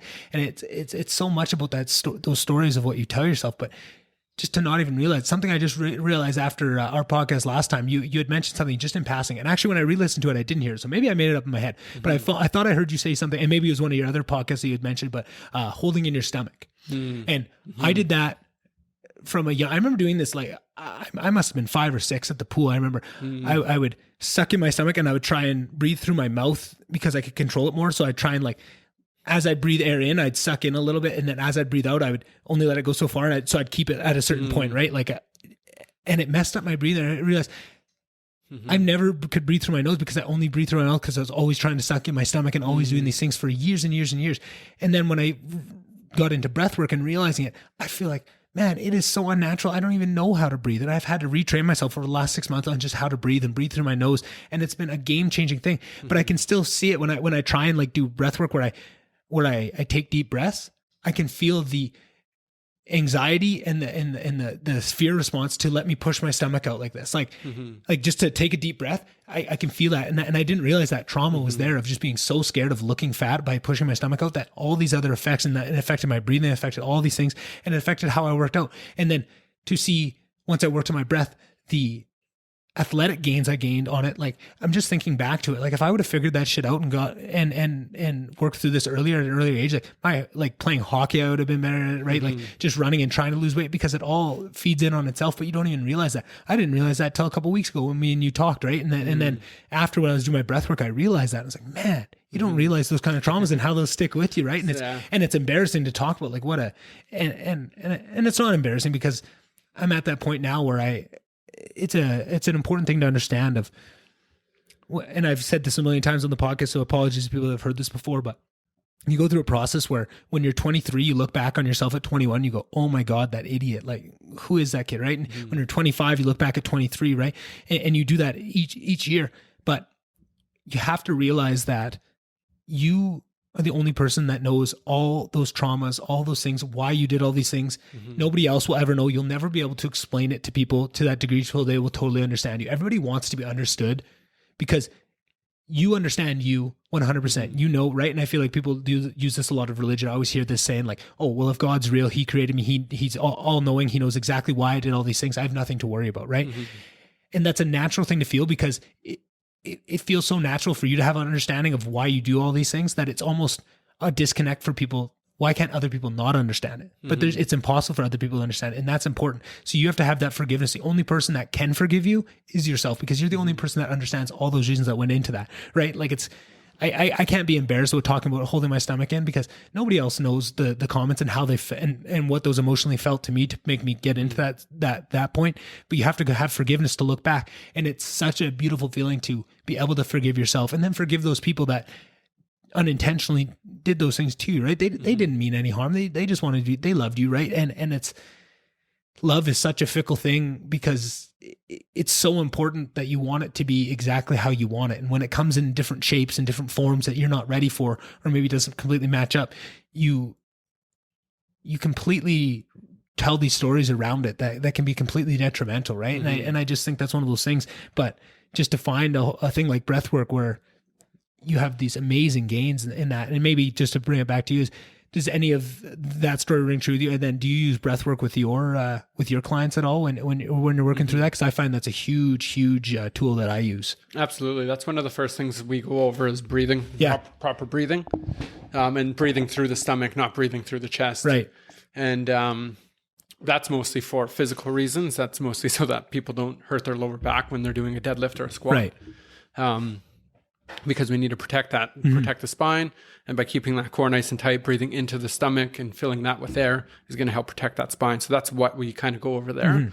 But then the importance of the breath work, kind of like we talked about last time, where how it affects the mentality, how it affects your mental state is so important as well.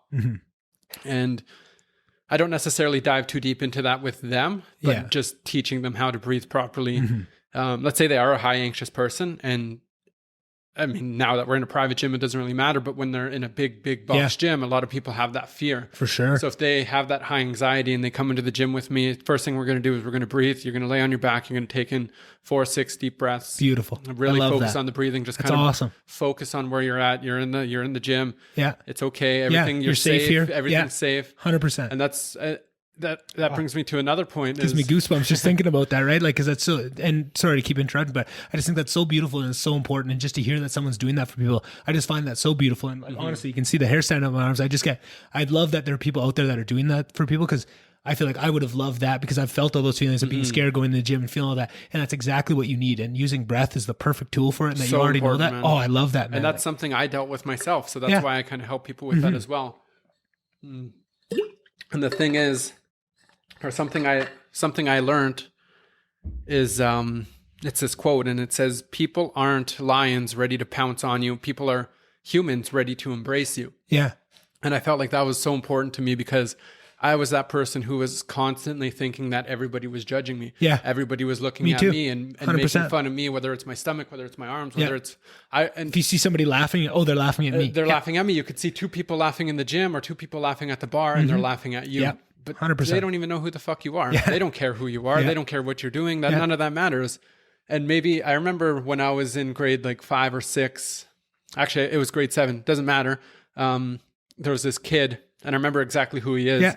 But I was a little bit overweight, but he would walk past me and he would make fun of my ankles, telling me I have cankles or something. Yeah. And I'm just a fucking boy. Yeah. And I'm like, kind of like, this is fucked, man. And then that kind of held on to me.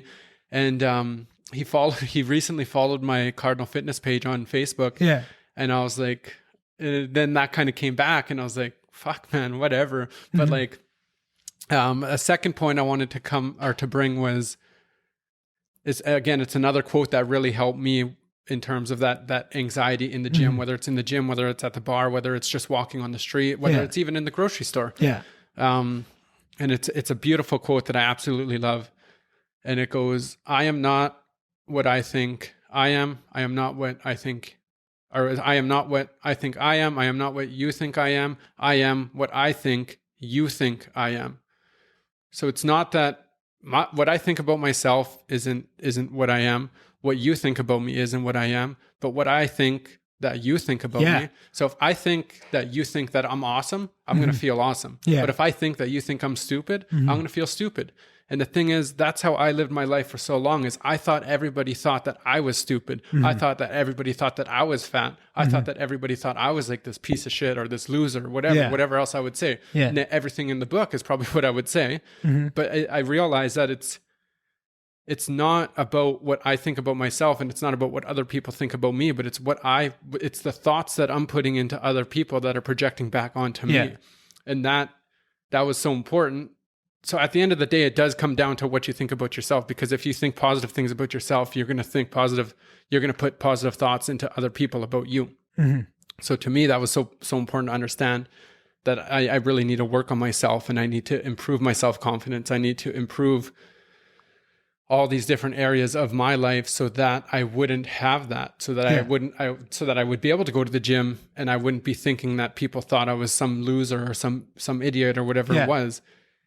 And I would be able to put thoughts into them that would project back onto me and make me feel good and help me increase my confidence. So I'm not walking around, kind of, what am I doing? Chest slumped over, head, eyes down on the floor, kind of just like, man, I don't want to be here kind of thing. Yeah. Now it's like I can walk around. I don't care who's in there. I don't care if the fittest guy in the world is in there. I'm going to be proud. I'm going to be happy. And I can notice that, Damon. You look completely different just in how you walk around. Just knowing you when we were younger and how you'd walk, you look completely different. Your chest is out. Your shoulders are back. You look more confident. It's amazing to see, right? And I think that's so beautiful and it's so important. I think that people don't realize exactly that. Is so much of it is what offends you is what you're projecting onto other people, right? And I feel like that was something that I always struggled with too. Is I was a big ball buster too. Like I cracked jokes and stuff, and I would always be ribbing people and stuff because nothing affected me. Because if you called me an idiot, I know I'm fucking smart, right? And I always had that, like, I was always intelligent, and that wouldn't affect me at all. If someone could call me an idiot, someone, whatever, you're a goofball, I don't care. I'm very confident but if anybody comes to, so I could go in a back and forth of me ribbing you, you ribbing me, and then you say something about my weight, and now because that's something I felt, now I'm projecting on, oh, this guy's an asshole, and he did this, right? I can picture thousands of interactions I have with people where I'm sure they weren't trying to do that, but because of that, I thought they were actually being mean because that affected me. Oh, it does. That was the same as all the other chirps we just had back and forth about our what we did, about our hockey playing, about whatever else it was, our ability with girls didn't impact me. The one that did, oh, that struck a nerve. Now I'm mad at you, right? And that is something that it takes so long to realize. It's what you are reflecting out is what you need to work on too. And when those emotions, oh, that was a strong emotion. Oh, I need to look into that because 9 times out of 10, right? And maybe on the 10th time, that person actually is an asshole and they are just trying to lash out and they are hurting you, right? Because you don't misread everything, but you have to be looking at it. And look for repetition. Oh, I always get offended at this one thing, right? Like, and I'm still doing it now, right? I'm talking about learning that lesson as a small child, but I still do that, right? Like at work, where I work, it was through my dad, right? It's his company and now I'm doing this.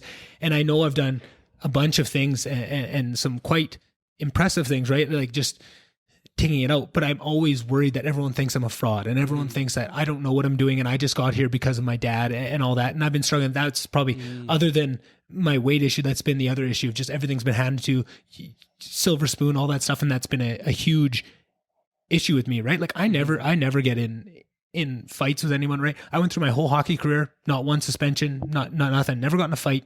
Pretty loving guy, right? I'm a big softy deep down, but there's certain things, right? Someone attacks my weight or someone attacks me on that one. That I was in grade 12 I was an overage because I was a November birthday, so I couldn't play my last year of minor hockey. So when all my buddies in grade 12 were playing minor hockey, I couldn't play because I would have played Wolves that year, but they had folded, right? Which is the junior B team. That was kind of the next step. And my whole plan was, okay, I know this is coming, but I'll be able to play Wolves when I'm in grade 12 if I can make the team, right? And that was whatever. That was the path, and it was taken away. So I was playing just rec league with men, right? And I'd never gotten in a fight. And this one guy, I didn't know him, right? And I know his name, I know who he is, right? Because those things stick with you. But he kept going, oh, Ingo's boy, and saying shit to me the whole game, and kept just getting it. And I didn't know what I did to this guy, right? So again, so me and him kept going at it, and he came after me, right? And I'm 17 at the time, right? I'm a kid in a men's league. This guy's 30 some. I don't know him, so he keeps coming after me, but I was a big kid, and I put him on his ass a couple times, right, when he came after me, and he wanted to fight me, and I've never even come close to a fight, but it's because but he just happened to stumble upon the one thing that triggered me, right? That's not anything he's doing. He's just playing hockey and trying to get me fired up, right? He doesn't know what he's doing to me inside and why I'm reacting like this. He probably thinks I'm just a pretty reactive guy and got mad at anything, whatever he said. He didn't know he stumbled upon a thing, and I need to work on that, right? And I learned that lesson at that time, and that was a big time of, like getting mad at it. And it was nice to have teammates around there saying, like, don't worry about him. Like, he's an idiot. Like, not even worth your time. And you know that, but you can't even do it. But then still to this day, I struggle with that at work all the time, right? Somebody says one thing to me and I get upset because, oh, you think but I'm just projecting that. It's exactly what you said. It's what I'm projecting onto other people. And I need to, and it prevents me from taking stock of the things I have done, right? The things for my age that are pretty impressive to be doing at work, I don't give myself any credit for. And I just write those off because I just think that nobody else is going to see them like that. So I don't even appreciate the positive things I do because I'm so worried about the negative aspects of it. And I'm still struggling with it to this day. Right. And I get offended and I overreact to things that are on that level. And I get irrationally angry, way angrier than I thought. And I know the people that have said them don't mean it that way. But even though I know they don't mean it that way, it still feels that way. Right. And it's just a tough process. But I think that's where I like to bring it back to meditation is, it's not going to, you're still going to have these things. You're still going to react. You just need to work on it and try and get better and better. Right. And that's where I need to start giving myself credit is I don't react like I used to, and I can calm myself down quicker. And I have techniques. I have breathing techniques. I have other things. I have meditation that can help me see it the right way and take a step back and fully understand, okay, let's look at that altercation. Was that really them saying that, or is that just your feeling? Okay, that's just my feelings. I need to forgive that person. They didn't mean it that way. But still, I get mad at myself then of, this, we've been through this so many times. Why are you still reacting to it? But it's just one of those things where it comes with time, and you just got to keep trying it, and you'll get better and better, but it's never going to be perfect, and you're going to keep reacting to those things. Right. And it just, but what I find is frustrating is now that I've started to do it, I get frustrated when other people aren't doing it, when it's so clear to you of, that is a childhood trauma. You always react with this, you're always personal, but they don't want to dig into it. Right. And that's what frustrates me. But it's about that same thing at of their own pace. Yeah. It's at your own pace, and you have to have forgiveness to other people of just, they're on their own path. They have their own traumas that they're dealing with. You don't know how that feels to them. You don't know what trauma's behind that. You don't know that work that is. And maybe they're not at that point where they're ready to go dive back in, because those are the most painful things. And who knows that better than me and you for our own respective traumas of how painful it is to dive into those, right? Like mine diving into those weight loss things, like with my family, and that's painful to do, right? And like we said, everyone's trauma is pertinent to them in their own ways, but it wasn't abuse. It wasn't physical abuse. It wasn't sexual abuse, right? Now imagine that trauma and try and put yourself in that shoes of, why aren't you digging in, dealing with your own shit? Maybe they're not ready yet. Maybe they haven't built up. That's heavy stuff. Yeah. That's heavy stuff. Maybe they don't have the skills. Maybe they don't have meditation. Maybe they don't have breath work. Maybe they don't have a community of people around them to lean on and be vulnerable around, right? It comes with all those things. And that's where I like to think of trying to focus on building those tools to handle those things. And then when you're ready to dive into them, you can, right? But it all comes back to that personal accountability and starting to work forward and being on a positive growth track, or you're never going to, right? When you're in those negative feedback loops, like we talked about earlier, you're not growing, you're not moving forward. So you're never going to be ready, right? If you don't make any changes, if you're just in the same loops, years are just passing you by with no growth, and you're never ready to take those big steps and do that big work that's going to help you take those huge leaps forward, right? Like you've done. Like I've heard you, just from what you're saying, I've seen that you've already done those. But if you didn't ever step out of those negative loops, you wouldn't have been able to do that work, because you'd never accumulate the tools by getting onto some sort of positive momentum, whether that's through exercise, whether that's through chasing a dream, whether that's through anything, right? You just need to find whatever it is for you. And I just think exercise is one of those ones where everyone should just do it, because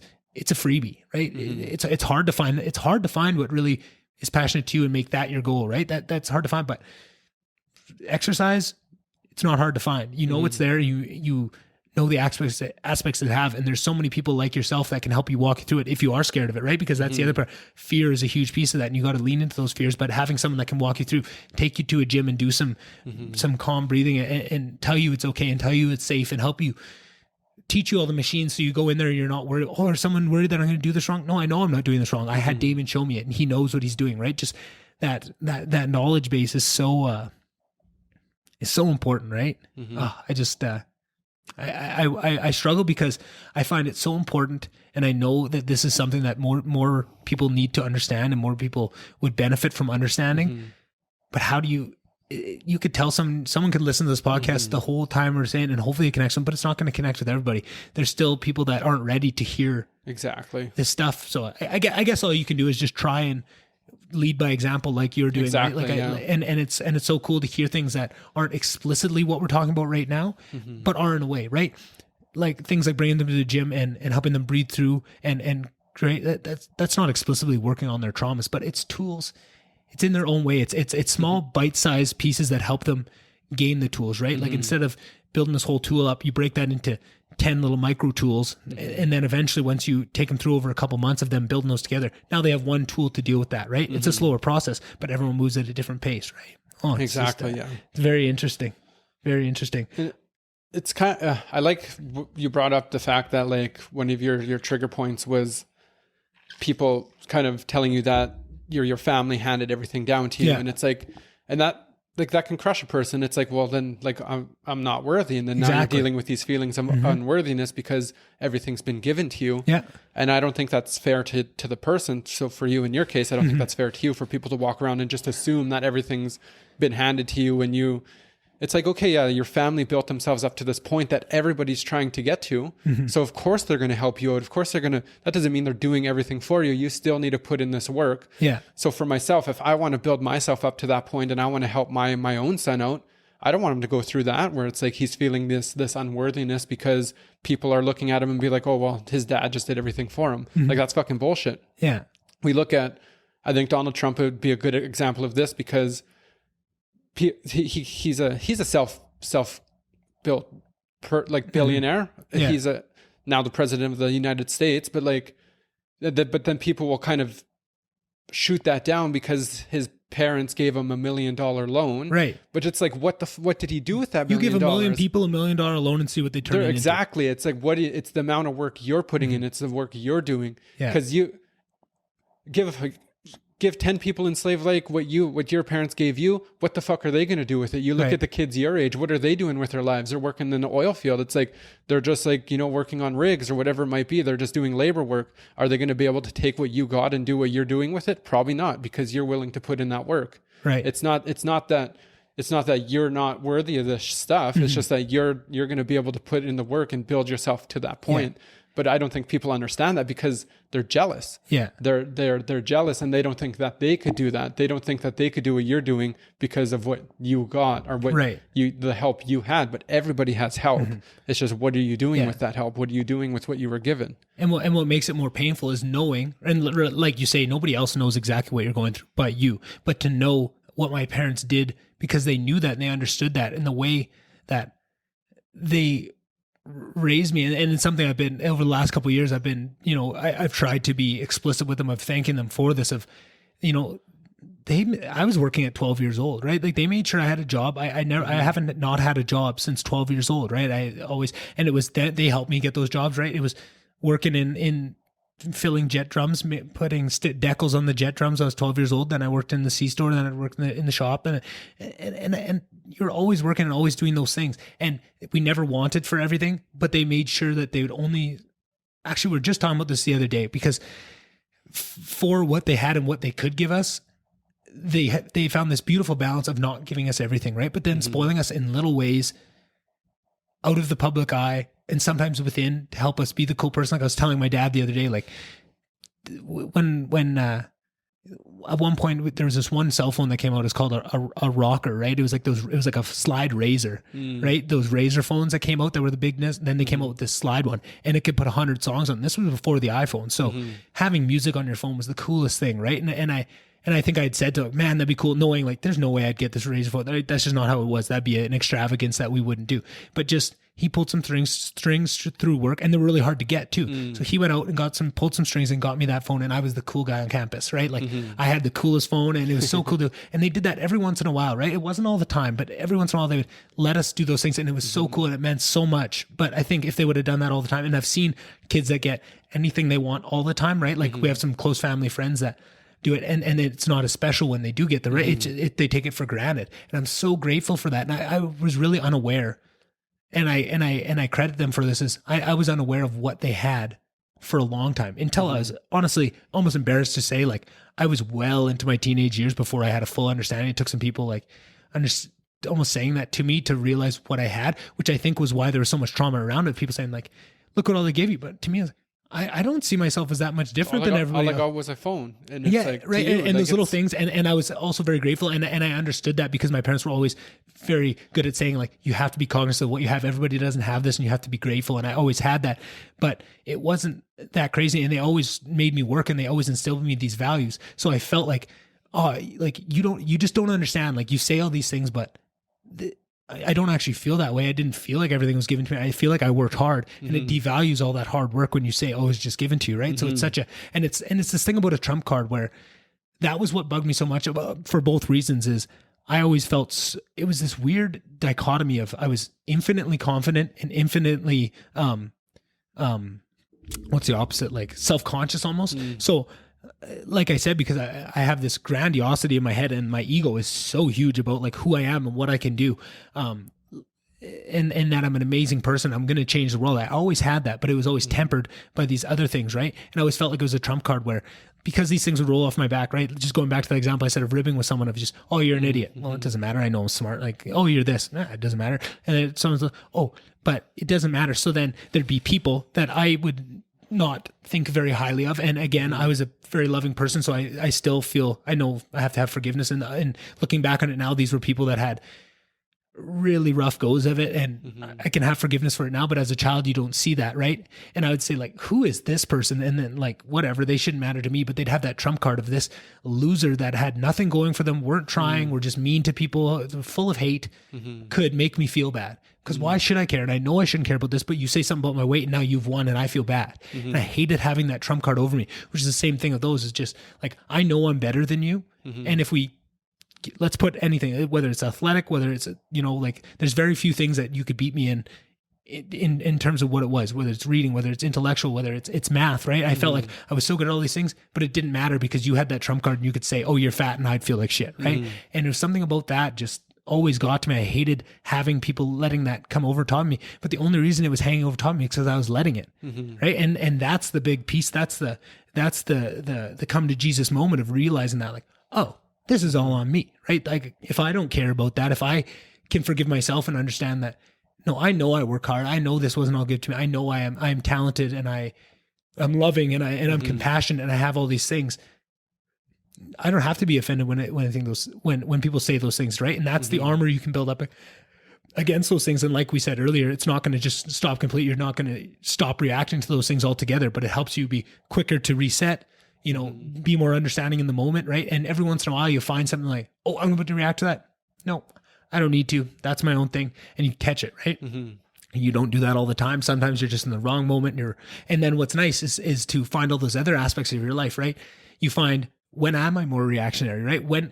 What things can I do in my life that put me in a position where I can react the way I'd like to react, right? I don't want to get angry and snap at people when something that's just my own shit comes up. But have I meditated that day? Have I worked out that day? Am I eating healthy? When I'm doing all those things, I'm less reactionary. I take these things in. I have forgiveness. I have compassion. But you catch me on a day where I, work's busy and I missed my workout and I, haven't eaten and all these other things, and now I'm a reactionary person, and it helps to build and realize what those tools and those breathwork tools are, and all those kind of tools that you build, so that you're in a spot where you can be what you want to be, because that's what it's all about, is acting how you want to act and not being a slave to your traumas and those reactionary, right? Like what you said, the emotions, and then and a big thing that I had heard you say on your podcast was something that I felt very attuned to, Damon, was you were saying that a lot of the things that you had felt when you felt not being, even like you said, if it was something that was completely made up in your head about not feeling loved or not feeling enough love or the right kind of love, which it doesn't matter because that's how you felt, but then that you didn't talk about it. And I feel like that was a big thing for me too. I never talked to my family about how that made me feel and all that resentment and that hate that I had built up for them, even though I love them and I know they love me. Still, there was a harboring resentment inside, right? And after we podcasted the last time, and I brought up the things about like my dad and stuff, so I said, hey, I talked about this on the podcast. I'm going to send you the clip, and then like we can talk about it, right?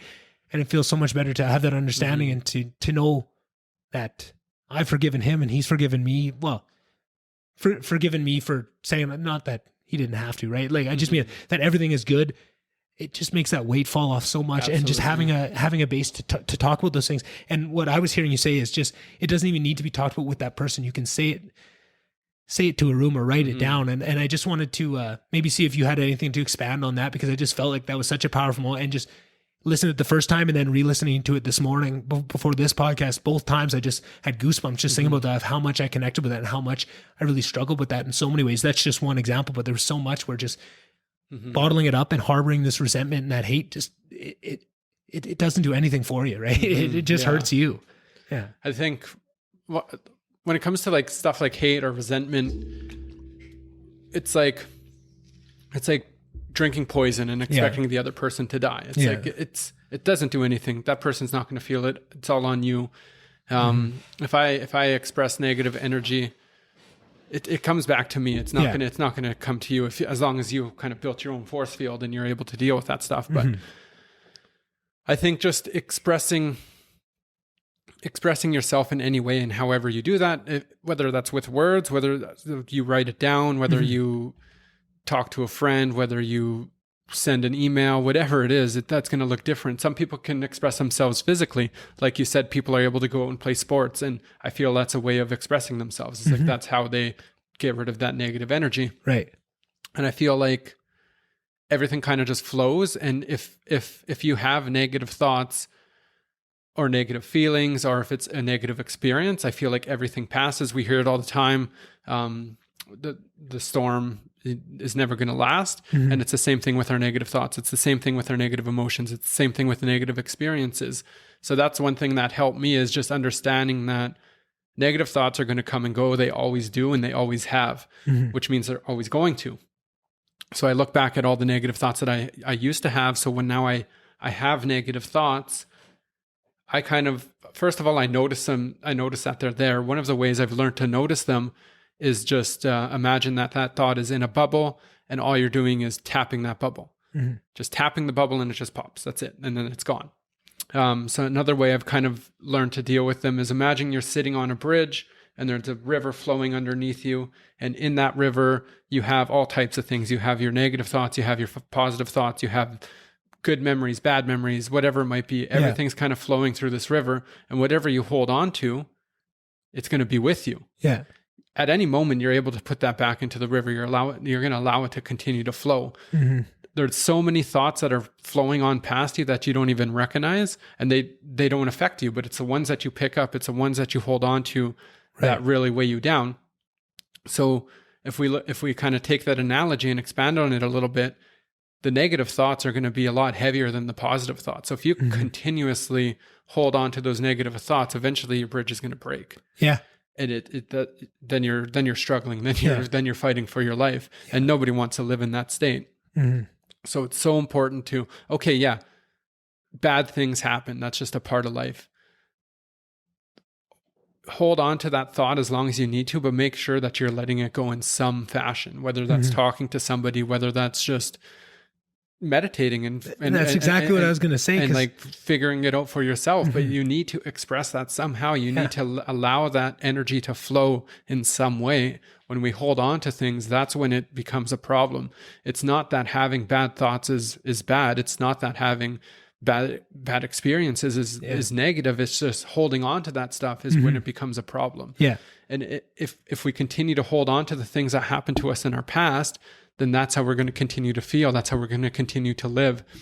And it's not fair to yourself to kind of put yourself through that. And then what we tend to do is we put on these masks and pretend that everything is okay. And that just adds to it. That adds to the damage. Because then one day something is going to happen. You're playing hockey and somebody says something to you and you explode. Yeah. And it's like, okay, that's not how we want to live our lives. Nobody wants to live their life that way. We all want to feel that peace. We all want to feel that happiness. And I feel like that really comes down to internalizing everything, feeling everything, accepting everything, and then allowing it to flow in its natural path. Yeah. And feeling it and accepting it is so important. And I feel what tends to happen is we try to hide from these feelings. We try to get rid of them. Yeah. But what happens is resistance only creates more resistance. So if you have a negative thought and you're trying to fight it, you're just creating more and more of that same thought, and you're sitting in it. Like push your hands together. If you push both your hands together, one's not going to push the other way. They're just creating more force. And it's kind of these same things with our thoughts. If I have a negative thought here and I'm trying to fight it, I'm just creating more force, and it's just gonna create more negative energy. So I think that acceptance is, like you said earlier, like acceptance is so important. And then it's not only accepting it, but it's allowing it to happen, allowing yourself to feel that. So every single emotion, every single feeling is available to all of us as human beings. Everything is available to us. And when we try and restrict anything or we try and push stuff away, that's when it becomes a problem. Right. So I think accepting it and allowing it to happen is just, it needs to be done. I think once we try to fight it, that's where the problems come. And one way I've learned to kind of do that is to, again, notice that it's there and just understand that it is going to pass. And that is going to make it pass so much faster. Yeah. It's going to allow it to, again, allow that energy to flow through. And one of the biggest things that we can kind of tell ourselves is, or I guess one of the biggest things we can work on is that internal internal dialogue, Yeah. that internal self-talk, and make that more positive and make that a habit where it's like, because at the end of the day, bad shit is going to happen. It is bad shit. I don't necessarily mean that's bad, but it's just like shit is going to happen throughout our lives. Life's hard. Life is hard, and we need to learn how to accept the things that are going to happen. People are going to pass on. You're going to, like, people are going to lose their jobs. You're going to get sick. Like, all of your family members are going to get sick. All this stuff is going to happen. You're going to hurt people. You're going to hurt people. People are going to hurt you. Yeah. It's all a part of life. And we need to learn to accept every single aspect of it. We can't fight and hide the things that we don't like. Yeah. And we hear about enjoying the process all the time and enjoying the journey and embracing the process and all these different things.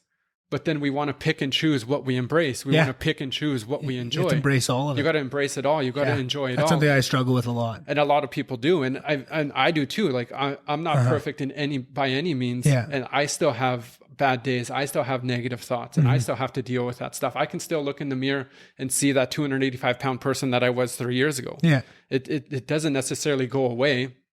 It's just about dealing with that and learning how to embrace it, learning how to allow those negative thoughts to pass on by. It's not because it's going to continue to happen. It's a part of being a human being, and it's not a bad thing. Like I said, like, it's not a bad thing that we're having these bad thoughts, but it becomes a bad thing when we hold on to them. And like I was saying about enjoying the process, is so many people want to pick and choose what they enjoy. So if we look at losing weight, for an example, losing weight it's a hard thing to do. It takes a long time. It takes years. If you're trying to lose 100 pounds, it's not going to take 6 months. It's going to be a journey, and it's going to be a lifelong journey, because you don't want to gain that weight back. Right. So when you learn to enjoy the process, that's going to allow you to be more sustainable in that weight loss, but it's also going to make things a lot easier for you. So what I mean by enjoying the process is, again, not picking and choosing and just having those good things that it's easy. When things are going well, it's easy to enjoy the process. It's when the shit isn't going the way you want it to. That's when you need to really buckle down and enjoy the process for what it is. And that's the hard part, because it's easy to enjoy the process when everything's going well. You got everything going your way, but then once something happens, that's when you need to, again, double down, enjoy the process even more, because that shit is going to happen. So when you're constantly enjoying because obviously, like, big things are going to happen in your life, but there's also small things that aren't necessarily what you want that are going to happen, that you need to learn how to enjoy. And those are the things that you really need to focus on, because those small things are going to help you kind of build that.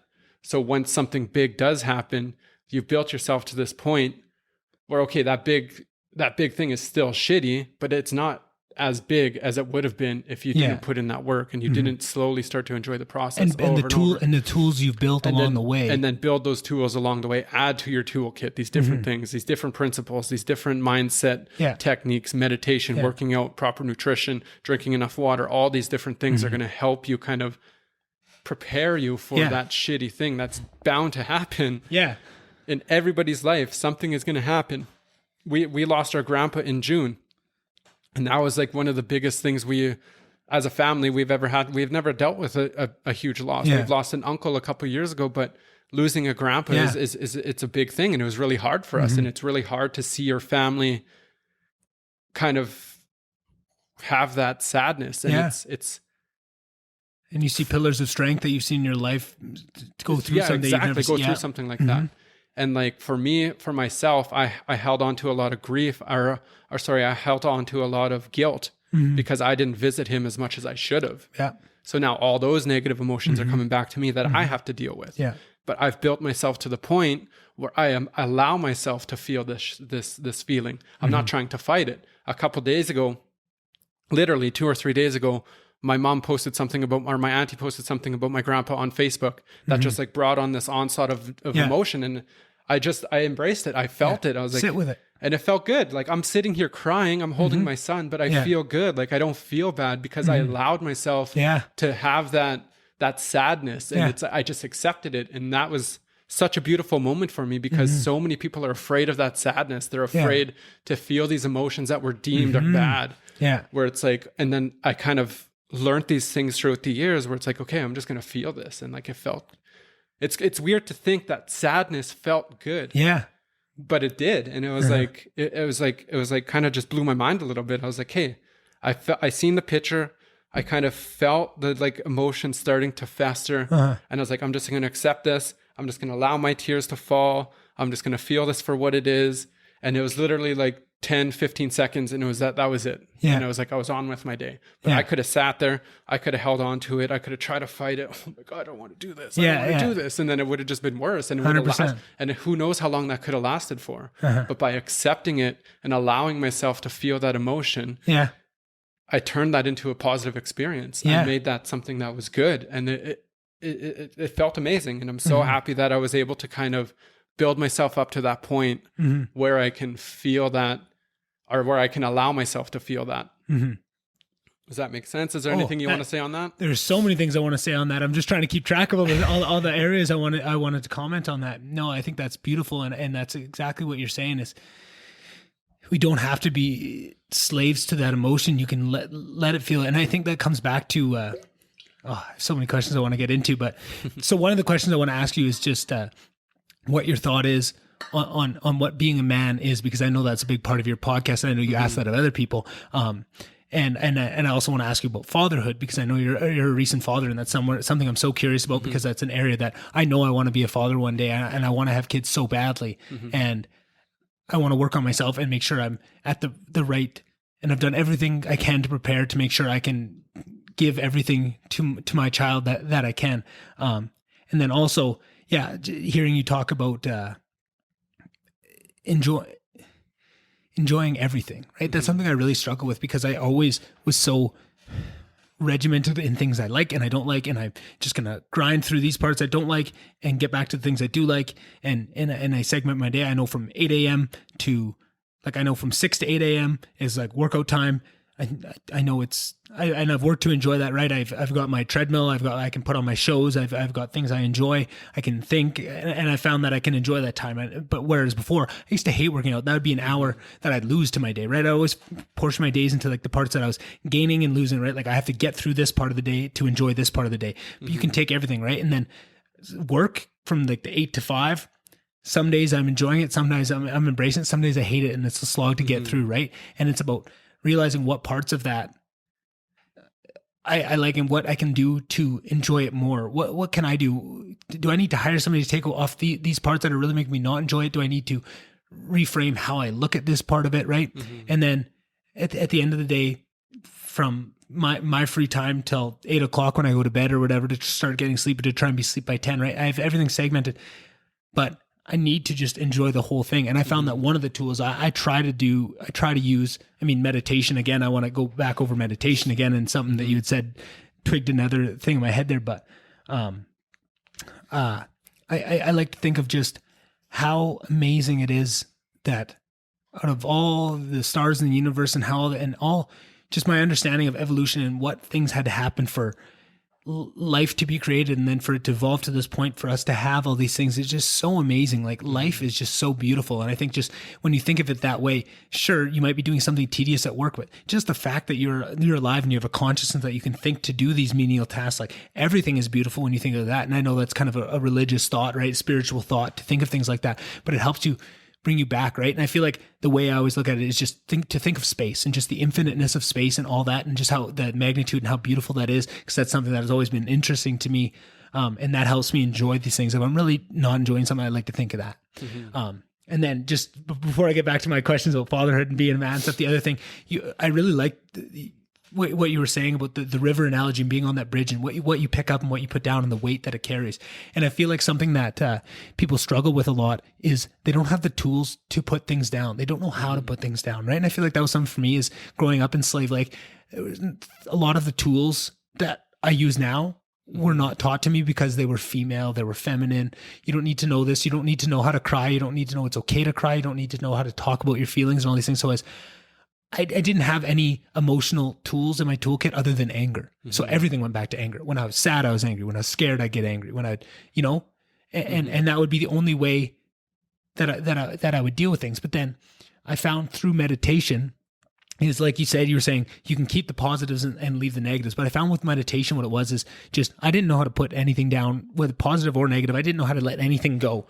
My brain raced all the time. I could never shut it off. I would have terrible time sleeping, right? My mind goes a million miles a minute. I think people oftentimes listen to my podcast, they go, well, you talk so fast. Like I can't, because I always talk about speeding it up, and they say, I can't speed it up. You talk a million miles a minute, and I'm trying to consciously slow down, especially because somebody had said, people that have English as a second language, it's very unfortunate for them, because even at one speed or whatever, if you're talking at the pace that this is me slowing it down and trying to keep it at a nice rate, is they can't even understand it, right? And it helps people be more aware of what you are. So I'm working on that, and I'm trying to slow down what I'm saying, and but I also feel like I'm taking up so much and I have so much to say that I'm trying to get it out very fast so that the person can so it can be a conversation. But sorry, that was a little bit of a tangent there. But what I found with meditation was, it is a tool that allows you to put everything down. Positive, negative, it just gives you the tool of putting things down, right? And just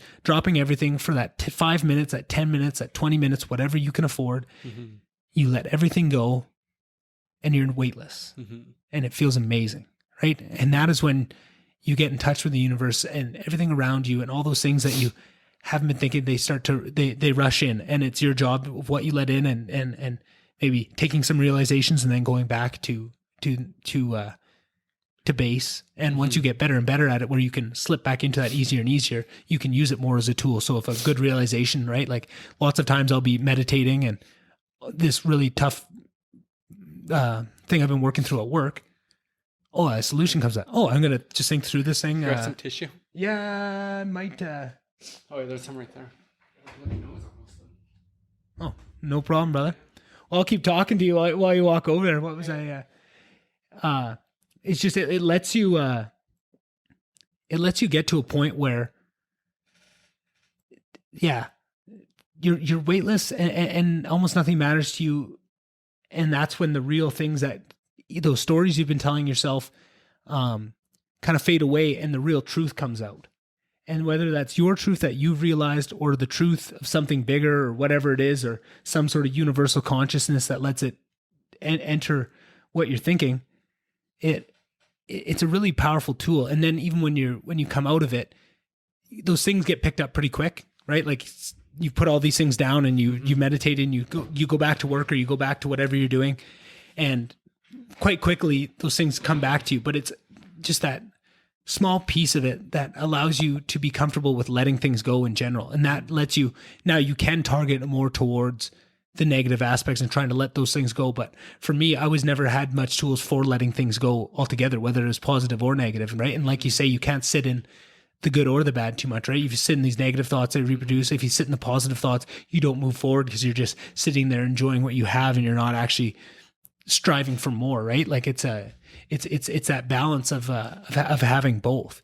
And I just think that's such an important tool for anybody that wants to use it. If you find that you need more tools in your toolkit on an emotional sense of letting go, and that I just find that meditation is such an important one for me that I've found recently, and has really helped me get through it.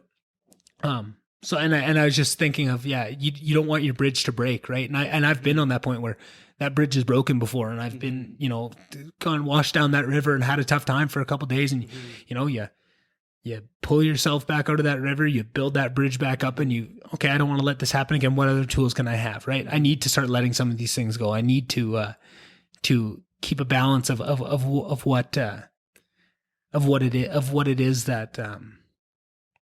that is going to move you forward, and it's going to be positive in your life, right? So those are kind of the things I wanted to comment on, because I really liked everything you said there. But just getting back to that, so what do you think it is to be a man of your understanding? And I know you've had some people on, and you've had a lot of personal relationships with your clients, and kind of gotten a really wide-ranging view of what that is. And then maybe how did that change, and how did all these, maybe just everything we've been talking about, how did that change with fatherhood and your views on all these things? Because I know that's in a life-changing experience, and it's a real worldview shifter and it's nothing is about you anymore. It's a greater. It's about your kids, right? And I've heard so many people talk about this, and this is why I'm so curious about it. Just how did that actually in your day to day and how you think? How did that affect you? So for me, what being a man means is it's about being the best version of yourself that you can be, and it's about.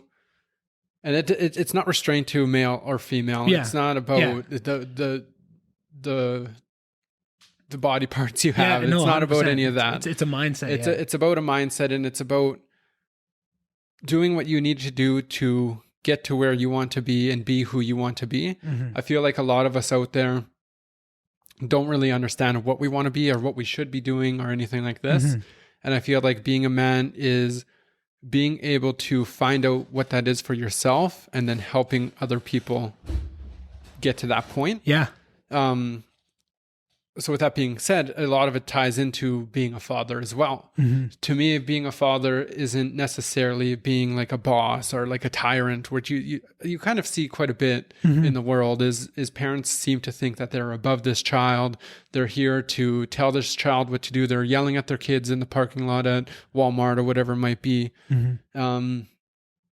Whereas like that's a human being as well. You are not above that human being. Just because he is your son or she is your daughter does not put you above that person. You're not it's not a hierarchy. You guys are equal still. And you're here to help that person become a person, to understand how the world works and what the world is like, and prepare them for that. And we talk about traumas and all this stuff. And this is something I heard previously, is that as a parent, you can't get everything perfect. You're not going to get everything perfect. This child is still going to have trauma in some capacity at some point down their life, and you can't restrict that from happening. You can do the best that you can, and it's so important to help them in that way as much as you can. Obviously, you don't want them hanging around with some weird sicko or anything like that. Like, you're not going to feed them to the wolves. But you want to.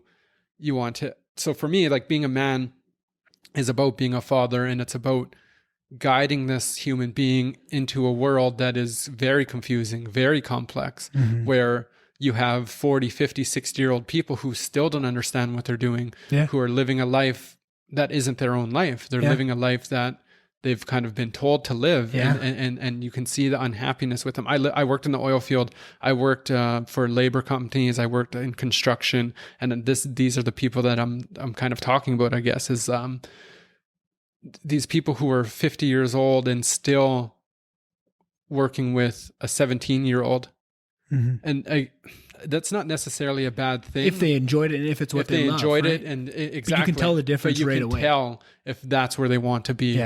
And if that's just kind of where they need to be. And you can see the unhappiness. You can listen to the way they talk. And like, it's crazy, because understanding what I understand, communication and words are so powerful. And you can listen to how people talk about themselves or how they talk about the world. And you can see how they see the world without them even realizing that that's how they see the world. It's crazy. It's absolutely crazy. Exactly. And like, so if somebody's constantly complaining, that's not a happy person. I don't care what you tell me. I don't care if you tell me you love your life. If you're constantly complaining, there's something wrong. And like, to me, so being a father is about kind of guiding that human into the world, and kind of doing what I can to allow them to live their best life and be their best self. But in order to do that, it's the same thing about putting on your mask before you put on somebody else's mask. Like, if the airplane goes down. So I need to work on myself. So as a man, I need to work on myself. I need to become the best version of myself. I need to continue to grow. I need to continue to learn, so that I can continue to pass on knowledge to my son or my kids, and other people. Like, I can't be a coach and go take one course and be like, okay, I'm a coach, I'm good for the next 20 years. I got to continue to learn. I got to continue to grow myself. I got to continue to put myself out there, get uncomfortable, learn new things, whatever needs to be done. I need to do that. And I need to continue to do that. And again, that's what it comes down to when it comes to being a man, when it comes to being a father. It's about doing that. It's about putting in the work on yourself and focusing on yourself. I feel like internal growth and internal happiness is so important. And to be quite honest, I believe that's like the key to success, the key to life is to have that. Is to have that internal happiness, to have that impenetrable force field where it doesn't matter if somebody comes to you and says, "Oh, you're Ingo's boy," then it doesn't matter. Yeah. Because you built yourself up. You love yourself. You love yourself, where it doesn't matter. Yeah, fuck yeah, I'm Ingo's boy. Yeah. Like, thank you. Yeah. Like, I'm proud to be Ingo's boy. Like, you know what I mean? Like, that's kind of what it comes down to, is just building yourself up to this point, building yourself up to where you're just happy with whatever happens. That's so beautiful. And like, that's kind of what I'm striving to be. And the thing is, realistically and hopefully, I never achieve it.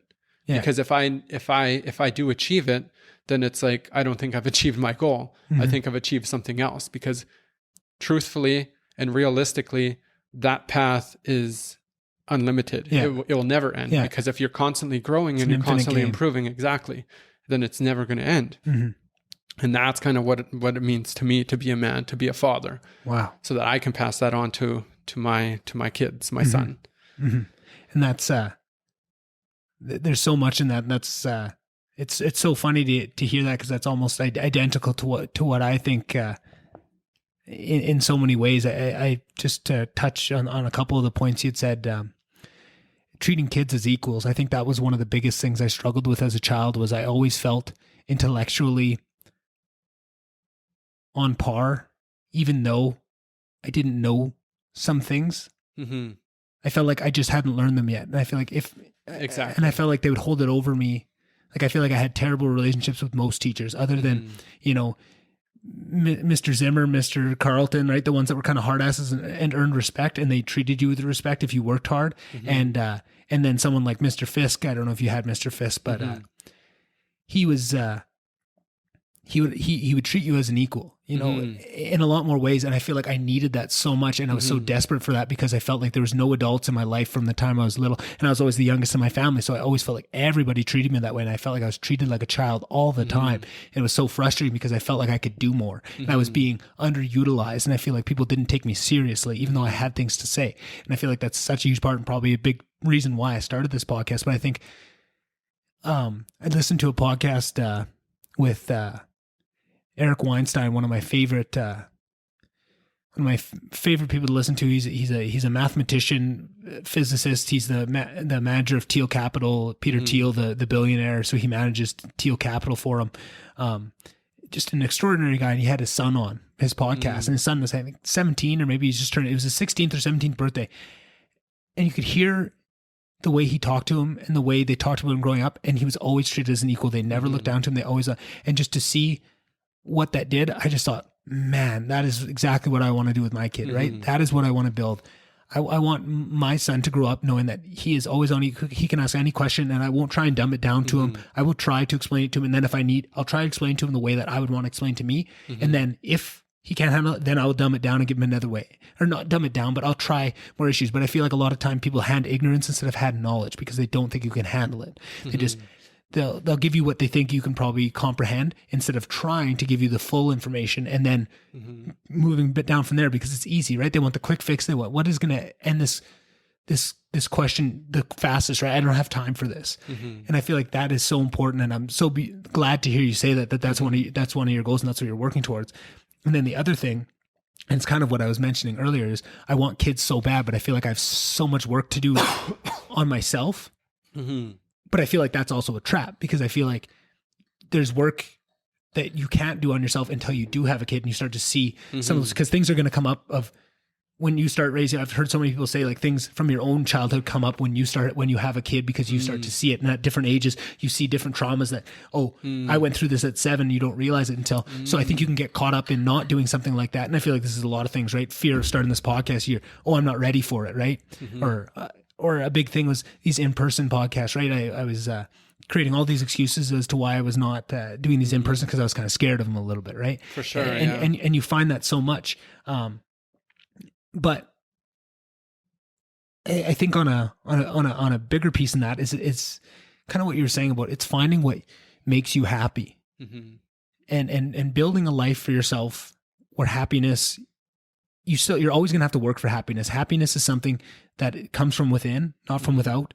But there's certain things you can build that make it easier on you to work on that happiness. You know what I mean? Like if you're in a job you hate, it's going to be really hard to work to be happy. If you're in a job you love, it's going to be a lot easier to work to happy, right? If you have good friends around, it's going to be a lot easier to work to be happy, right? If you have outlets of things that you enjoy, like a podcast, right? And I feel like that's what's so important. And what really scares me and makes me sad about some of the things we were brought up with, because I feel like creativity almost and exploring that kind of stuff was thought of as not manly. I see so many people like I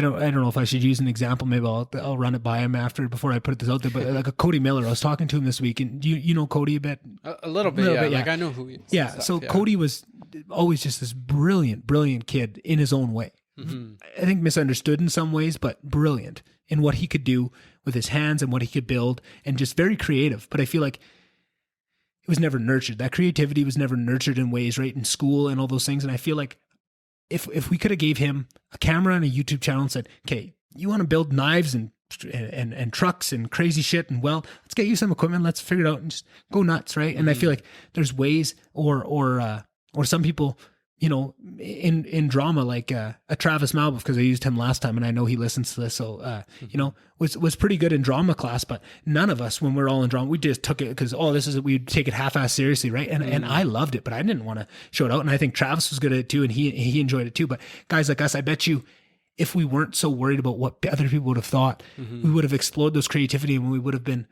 so much further down the road to finding those happiness things. Because when you restrict yourself down these narrow paths of what is you're allowed to be happy with, it's hard to find happiness in them. But when you expand that out, where it doesn't matter, because it doesn't matter what other people feel, and you're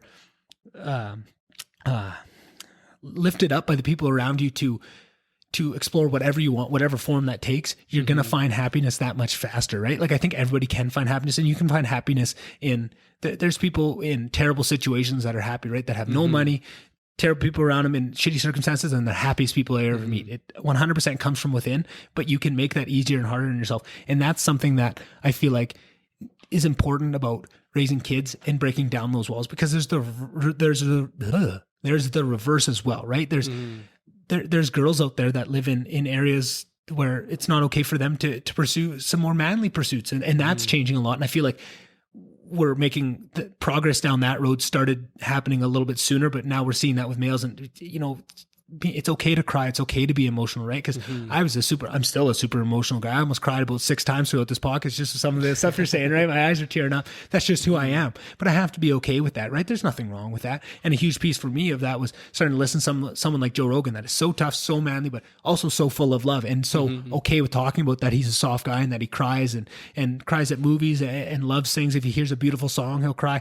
I cry to music all the time, right? If a song really hits me in the right way, I'll cry, right? Like that's one of those things. But for the longest time, I would hate that about myself. Oh, you're a pussy. You can't do that shit. Like that's for girls. And just that, all that program, all those bullshit stories that you tell yourself, you just have to be okay with that, you know, and that's not easy. That's a tough prospect, but those are the kind of things I want to do so that I can give that to my child eventually, right? Like if I can't do it for myself, there's no way I'll be able to do it for my child. And that's why it's so important. That's why I'm so dedicated to this path of learning. And I feel like the best way I know how is to have conversations with people like you, that I see that spark of, oh, they're doing something right. I want to learn. I want to ask you some questions. I want to see why you're doing it, right? Like I see you with your son and you look happy, and I want to ask, okay, what you have, what tricks do you know that I don't know yet that I can eventually work in? And it was so nice to hear how similar those were to kind of what I was thinking would be the path, but you always have to check that against, I think this is the right path to get where I need to go. Find some people that you think are doing well and that you look up to, and run it by them. See what they think of it, and then run it by, right? So I just, the funny thing about fear is, a lot of people are afraid of it, but I think, again, it's something that needs to be embraced. It's something that needs to be accepted, and you need to allow that. And with fear, I feel fear is, again, we've talked about it last time, like that communication with the universe. Right. I feel like that fear is telling you what you need to do. And there's reasons why you're afraid of it. And it's because it's going to be the most helpful thing for you. Yeah. So like starting this podcast, you were afraid to start it. You came up with all these reasons not to. You created excuses why you can't do it. But then once you did it, everything worked out. Everything was amazing. Yeah. And I feel like, I'm sure you've heard it before. You're never going to be ready. We're never going to be ready for these things. You're never going to be ready to start a business. You're never going to be ready to have a kid. Yeah. You're never going to be ready to lose weight, whatever it might be. We're never ready for these things. But once you just take that step and you take that leap, that everything just falls into place for you. Everything starts to work out for you. And I think it's like that for everything. I think that fear is like emotions and feelings are tools, and they each tell us something differently. And I feel like fear is telling us what we need to do and what we need to pursue. Yeah. But the thing about it's a double-edged sword. So like fear can be demoralizing. It can keep you away from what you're after because of what we've been told what fear is. But when we open up our minds and see fear for what it is, it allows us to see that that's the path we need to take.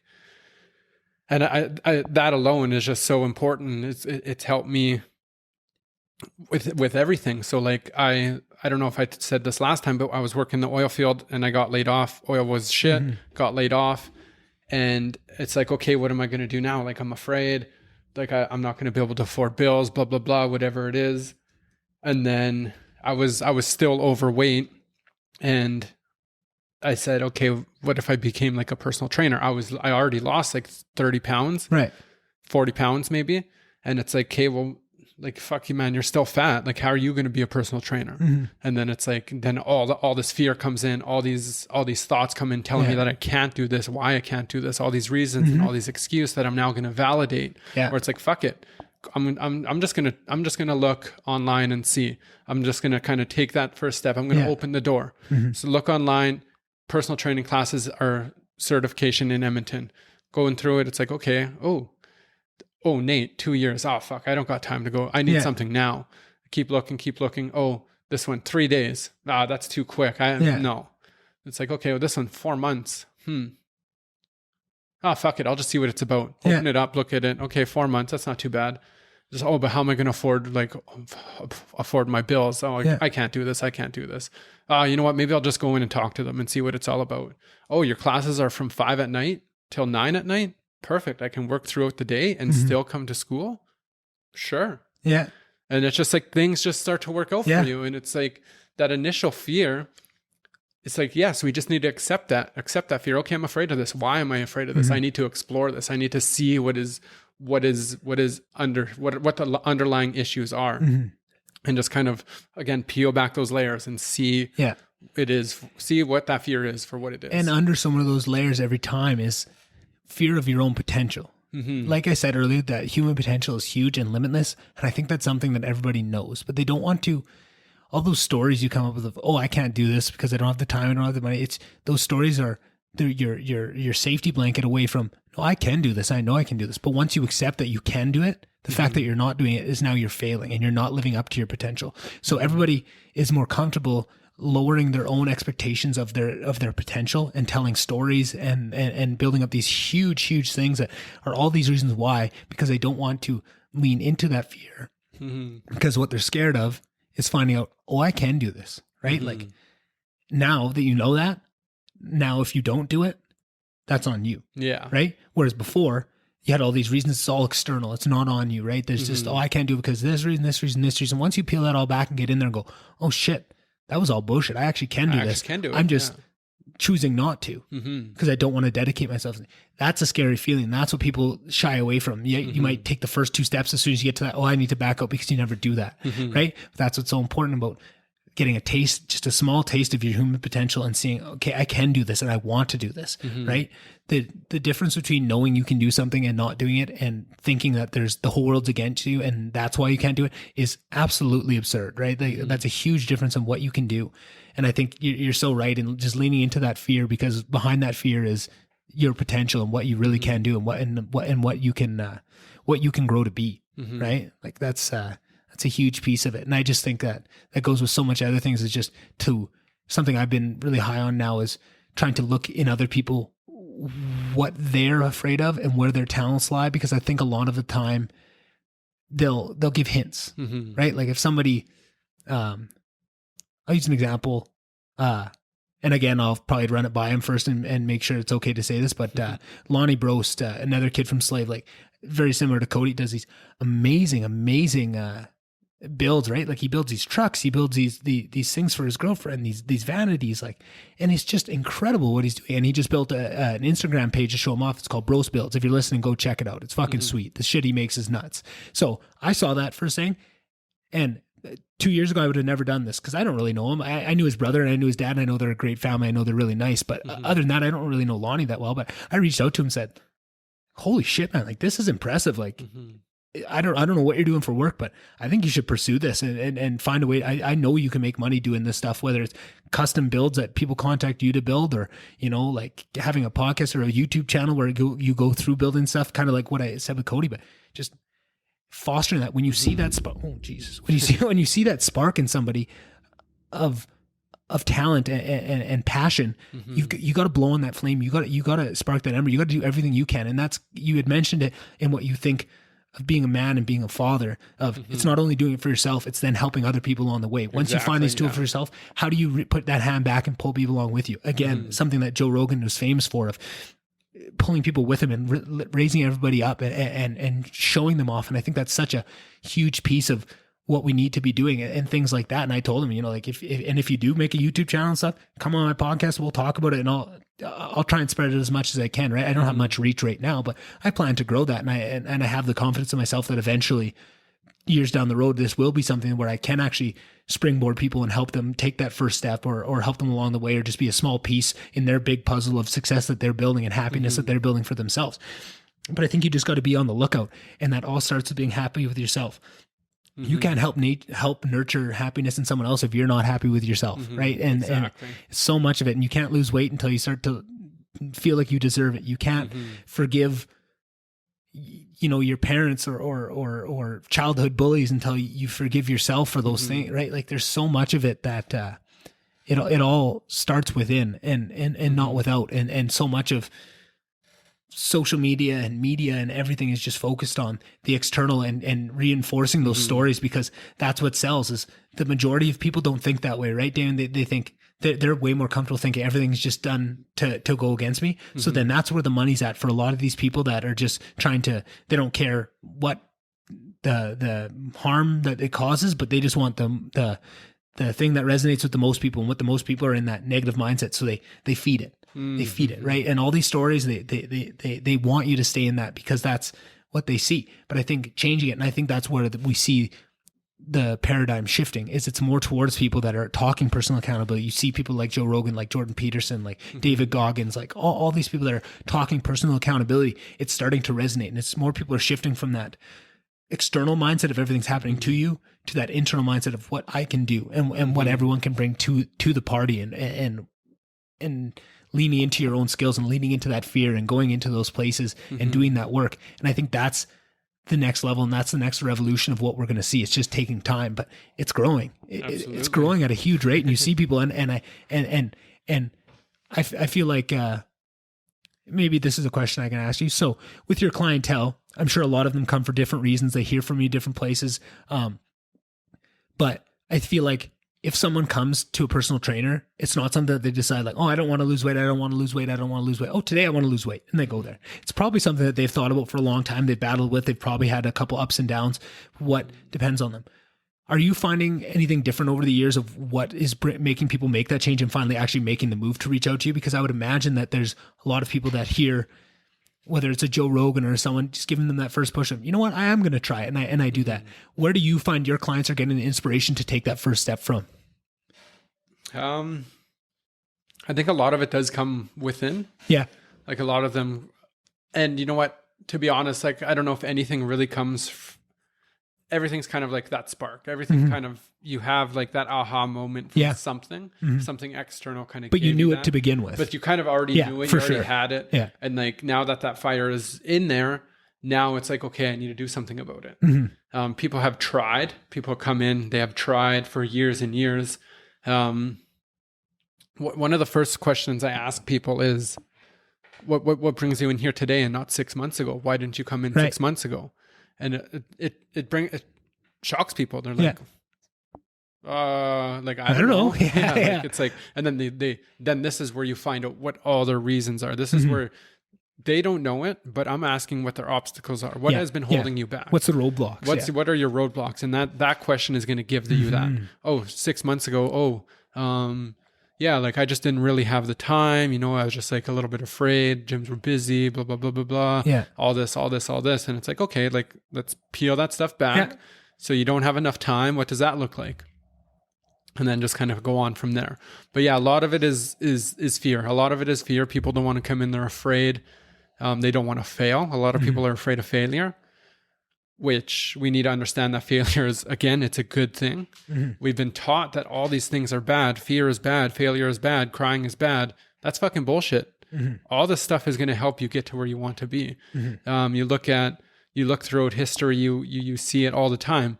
Thomas Edison, 10,000 times, tried 10,000 times, kept going, didn't give up. That's 10,000 failures. Yeah. And it took one time to get it right.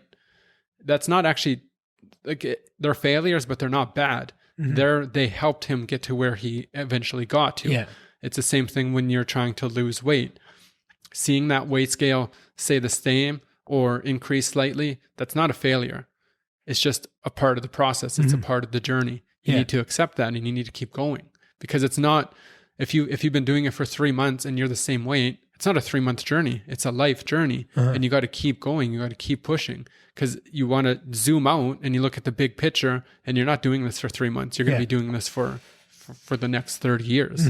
So what is 3 months compared to 30 years? It's fuck all. It's nothing.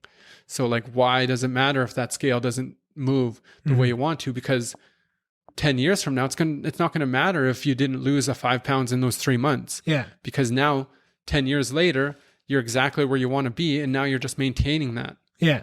So it's just funny that we're so afraid of this fear. We're so afraid of this failure, when those are the things that are going to help us get to where we want to be. Right. Because we taste a little bit of failure, and that kind of slows us down. And it's like, and I did it. I've been there. I've looked at myself in the mirror, felt amazing, stepped on the scale, didn't see the number I wanted to see, and just crushed me. And now it's like, I'm not doing what I should be doing. Whereas if I would have instead, what now I would do is I'd look in the mirror, like what I see, step on the scale. Oh, it's the same number or a little bit higher. Okay. Get back into the gym. Yeah. Keep going. Because that's what's going to get me there. Me stopping is not going to get me where I want to be. I need to keep pushing myself forward. I need to keep going. And I think that's what's so important about having someone, whether it's someone like you, Damon, that can help walk through and be that third person view, that zoomed out view for them, to say it doesn't matter. And because I definitely have felt that before. You have to hop in and say, oh, this is useless, and give up because it's not doing exactly what it is. But like you're saying, weight is a tough thing, and it fluctuates, and you're building muscle and losing fat, and it's so hard to really see what the big goal is when you're right in the thick of it. And I think having someone like that, and for me, it wasn't somebody like that, but it was podcasts, and having these people explain that to me to the point where I understood it, of, oh, it doesn't matter if you lose 2 pounds and then you gain 1 pound, but I didn't change it. Like that's what always frustrated me, is when I knew I didn't do anything right. Like there's times where I'll cheat over a weekend. I come back and I look on the scale and somehow I gain 5 pounds in a weekend. I'm like, what the fuck? But I know, okay, I kind of fucked up, but I've been through this enough times. It doesn't matter. Get, buckle down on the nutrition, right? But I ran through the weekend, right? And I always think that that's the magic bullet of I run all the time, but it's always just nutrition, because I am pretty regimented with my workouts. But it's always the nutrition of what I did on that side that shakes me loose. But just to have people that have explained, like an Aubrey Marcus, that said, no, it is a journey. It's okay. You're going to see that. It allows you to get over those humps, and then you've been through it. It's not that scary. It's not that give up moment. It's just, oh yeah, that's another piece of it. It's just another step on this journey, and you're always with forward momentum, right? And then, like we had said earlier, that forward momentum, and whether it's exercise and nutrition, starts to bleed into other areas of your life. Now you're doing better at work, better with your relationships. You're more confident with girls. You're more compassionate with your friends. You're a better listener, and all those things feed back and help feed back into your exercise, because now you see it and it all builds upon itself, right? And it's just so important to have that, whether it's someone like yourself that can actually just be that person for you, or can you find it somewhere else, right? Exactly. And And doesn't matter how you find it. It's just about finding it and not giving up, right? Whatever can help you not give up. That's what's important. So yeah, no, for sure. I think it's almost getting close to 1:00 here. And I know we got to get loose. So maybe one last question I have for you is just, and I know I kind of asked a similar question last time we podcast, just kind of like, where do you want to see you taking this stuff? And I know you said you want to expand. I know you said you mentioned float tanks and maybe massage therapists, maybe a bigger a bigger gym or whatever it is, right? And I thought those are all admirable goals. But what would you say is the next, like if you could say one tangible goal of like what you want to see next, whether that be a bigger gym, just broadening your contact list or your client list, trying to find float tanks, or what would be the one tangible goal? Because then also, if you're willing, I'd love to try and help, right? And just, if you have one small thing of what can I do? Maybe I have a connection with somebody, right? And maybe one of the listeners can reach out and help you on it. I just like the idea of just finding one little thing just to move forward. What would you say, like one tangible goal of something you want to see in the next, in the shorter term? Could be a year, could be 6 months, but. Yeah, I would say freeing up my time. Yeah. So that would mean having less clients in person and more clients online. So it's starting to shift my clientele to online, so that I do have the time to work on the things that I want to do, whether that is looking for float tanks, whether that is looking for a bigger space, whether that is finding different equipment, whatever it might be. I want to be able to, for one, spend time with my son and my family. Right. And then for two, I want to be able to spend my time to grow and expand. And when I'm doing in person, I'm trading time for money at the end of the day. So I want to be able to free up that time. And do you think that online is still effective? Are you doing it currently? Yeah. So the thing about online is you're not spending, let's say in person, I have a client who comes 3 times a week. Right. So I'm spending 3 hours with them in person, but I'm spending hours creating the program, working on their nutrition. I'm spending time talking to them throughout the week, making sure that, whether that's from scheduling to making sure they're staying on top of their nutrition, to making sure they're doing their home workouts, whatever it might be. Yeah. So it is time consuming to have in-person clients, and I love it and I still want to do it, but I would want to do less of it so that I do have more time. Ideally, I'd want 4 or 5 clients. I'd probably want max 4 clients a day. And then the rest of the day I'd be able to spend with Griffin or working on my online business, dealing with my online clients. Because the thing with online clients is you can kind of have everyone in a group, and you're still doing their workouts for them. You're still doing their nutrition for them, but you're not spending an hour with them 3 days out of the week. Right. They're doing that on their own time. So it frees up so much time, frees up the commute, frees up the time to set up all their stuff for the gym, clean everything up, clean the gym, all the stuff that goes into it. It's so much more than just 1 hour with that person. Like there's so many things behind the scenes that need to be done in order for that person to progress, in order for that person to see the results that they're looking for. Yeah. So it would be, I think ideally, like I'd probably want like 20 clients online.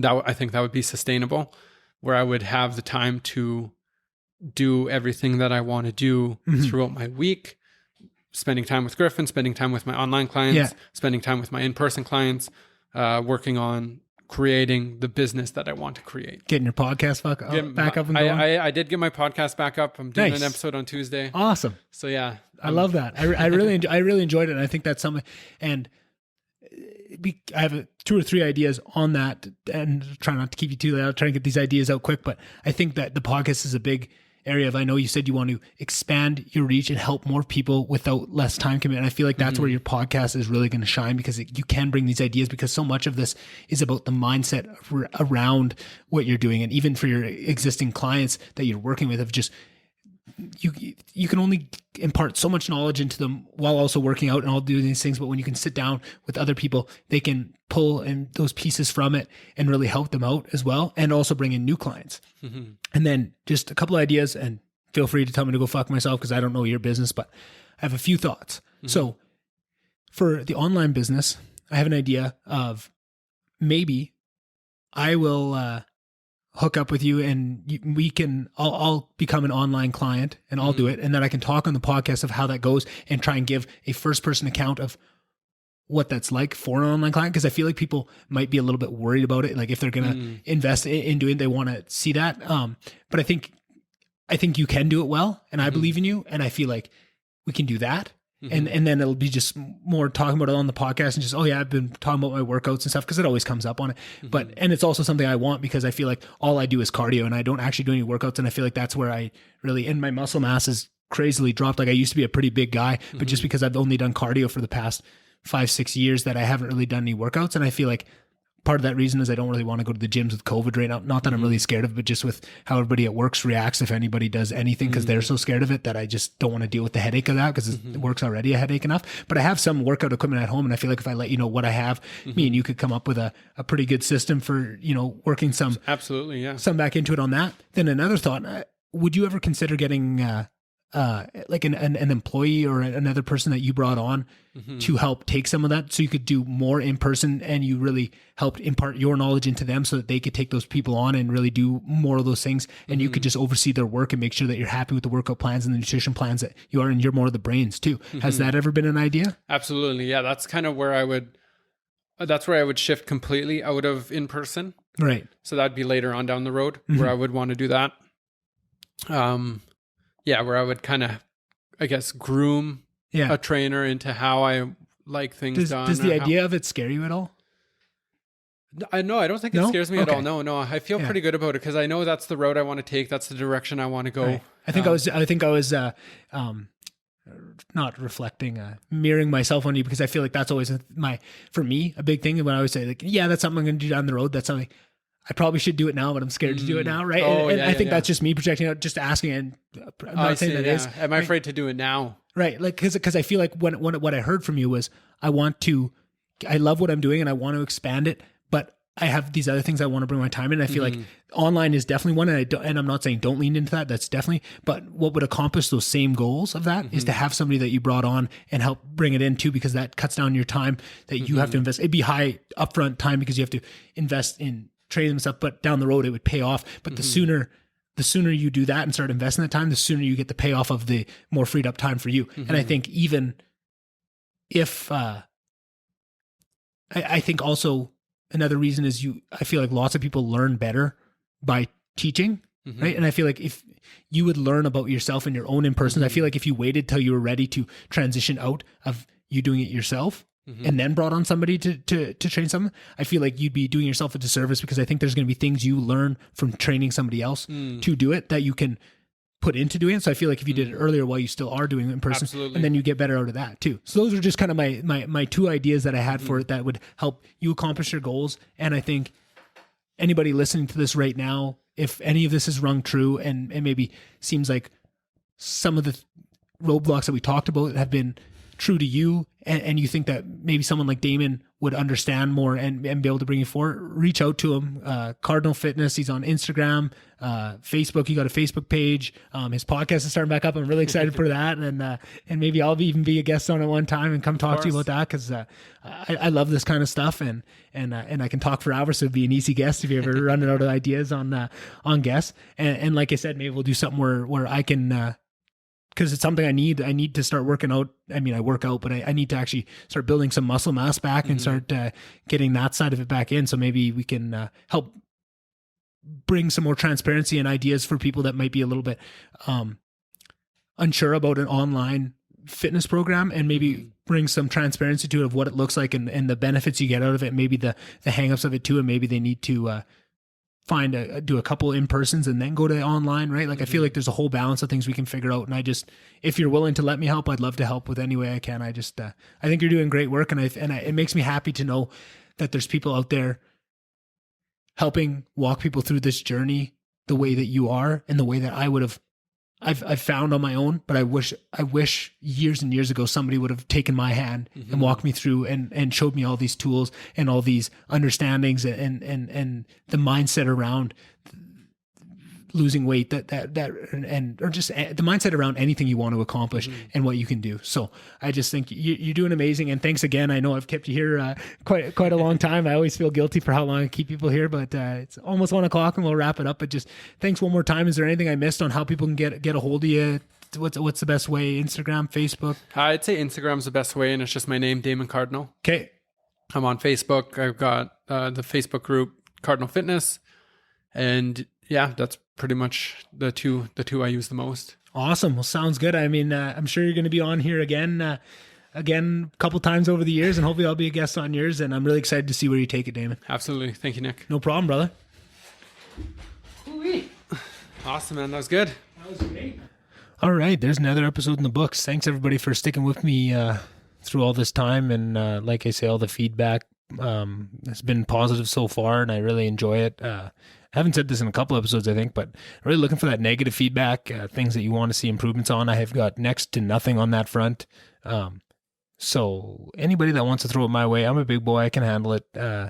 And I mean, as long as you try and put it in a nice way, try and wrap it up in a nice bow, if it is going to be a bit of a shit sandwich, but you know what I mean? I need to, I want to get better at this as fast as I can. And the fastest way is for some people to be a bit honest where there's things lacking. So yeah, if people could send me feedback, whether positive or negative, I'd really appreciate it.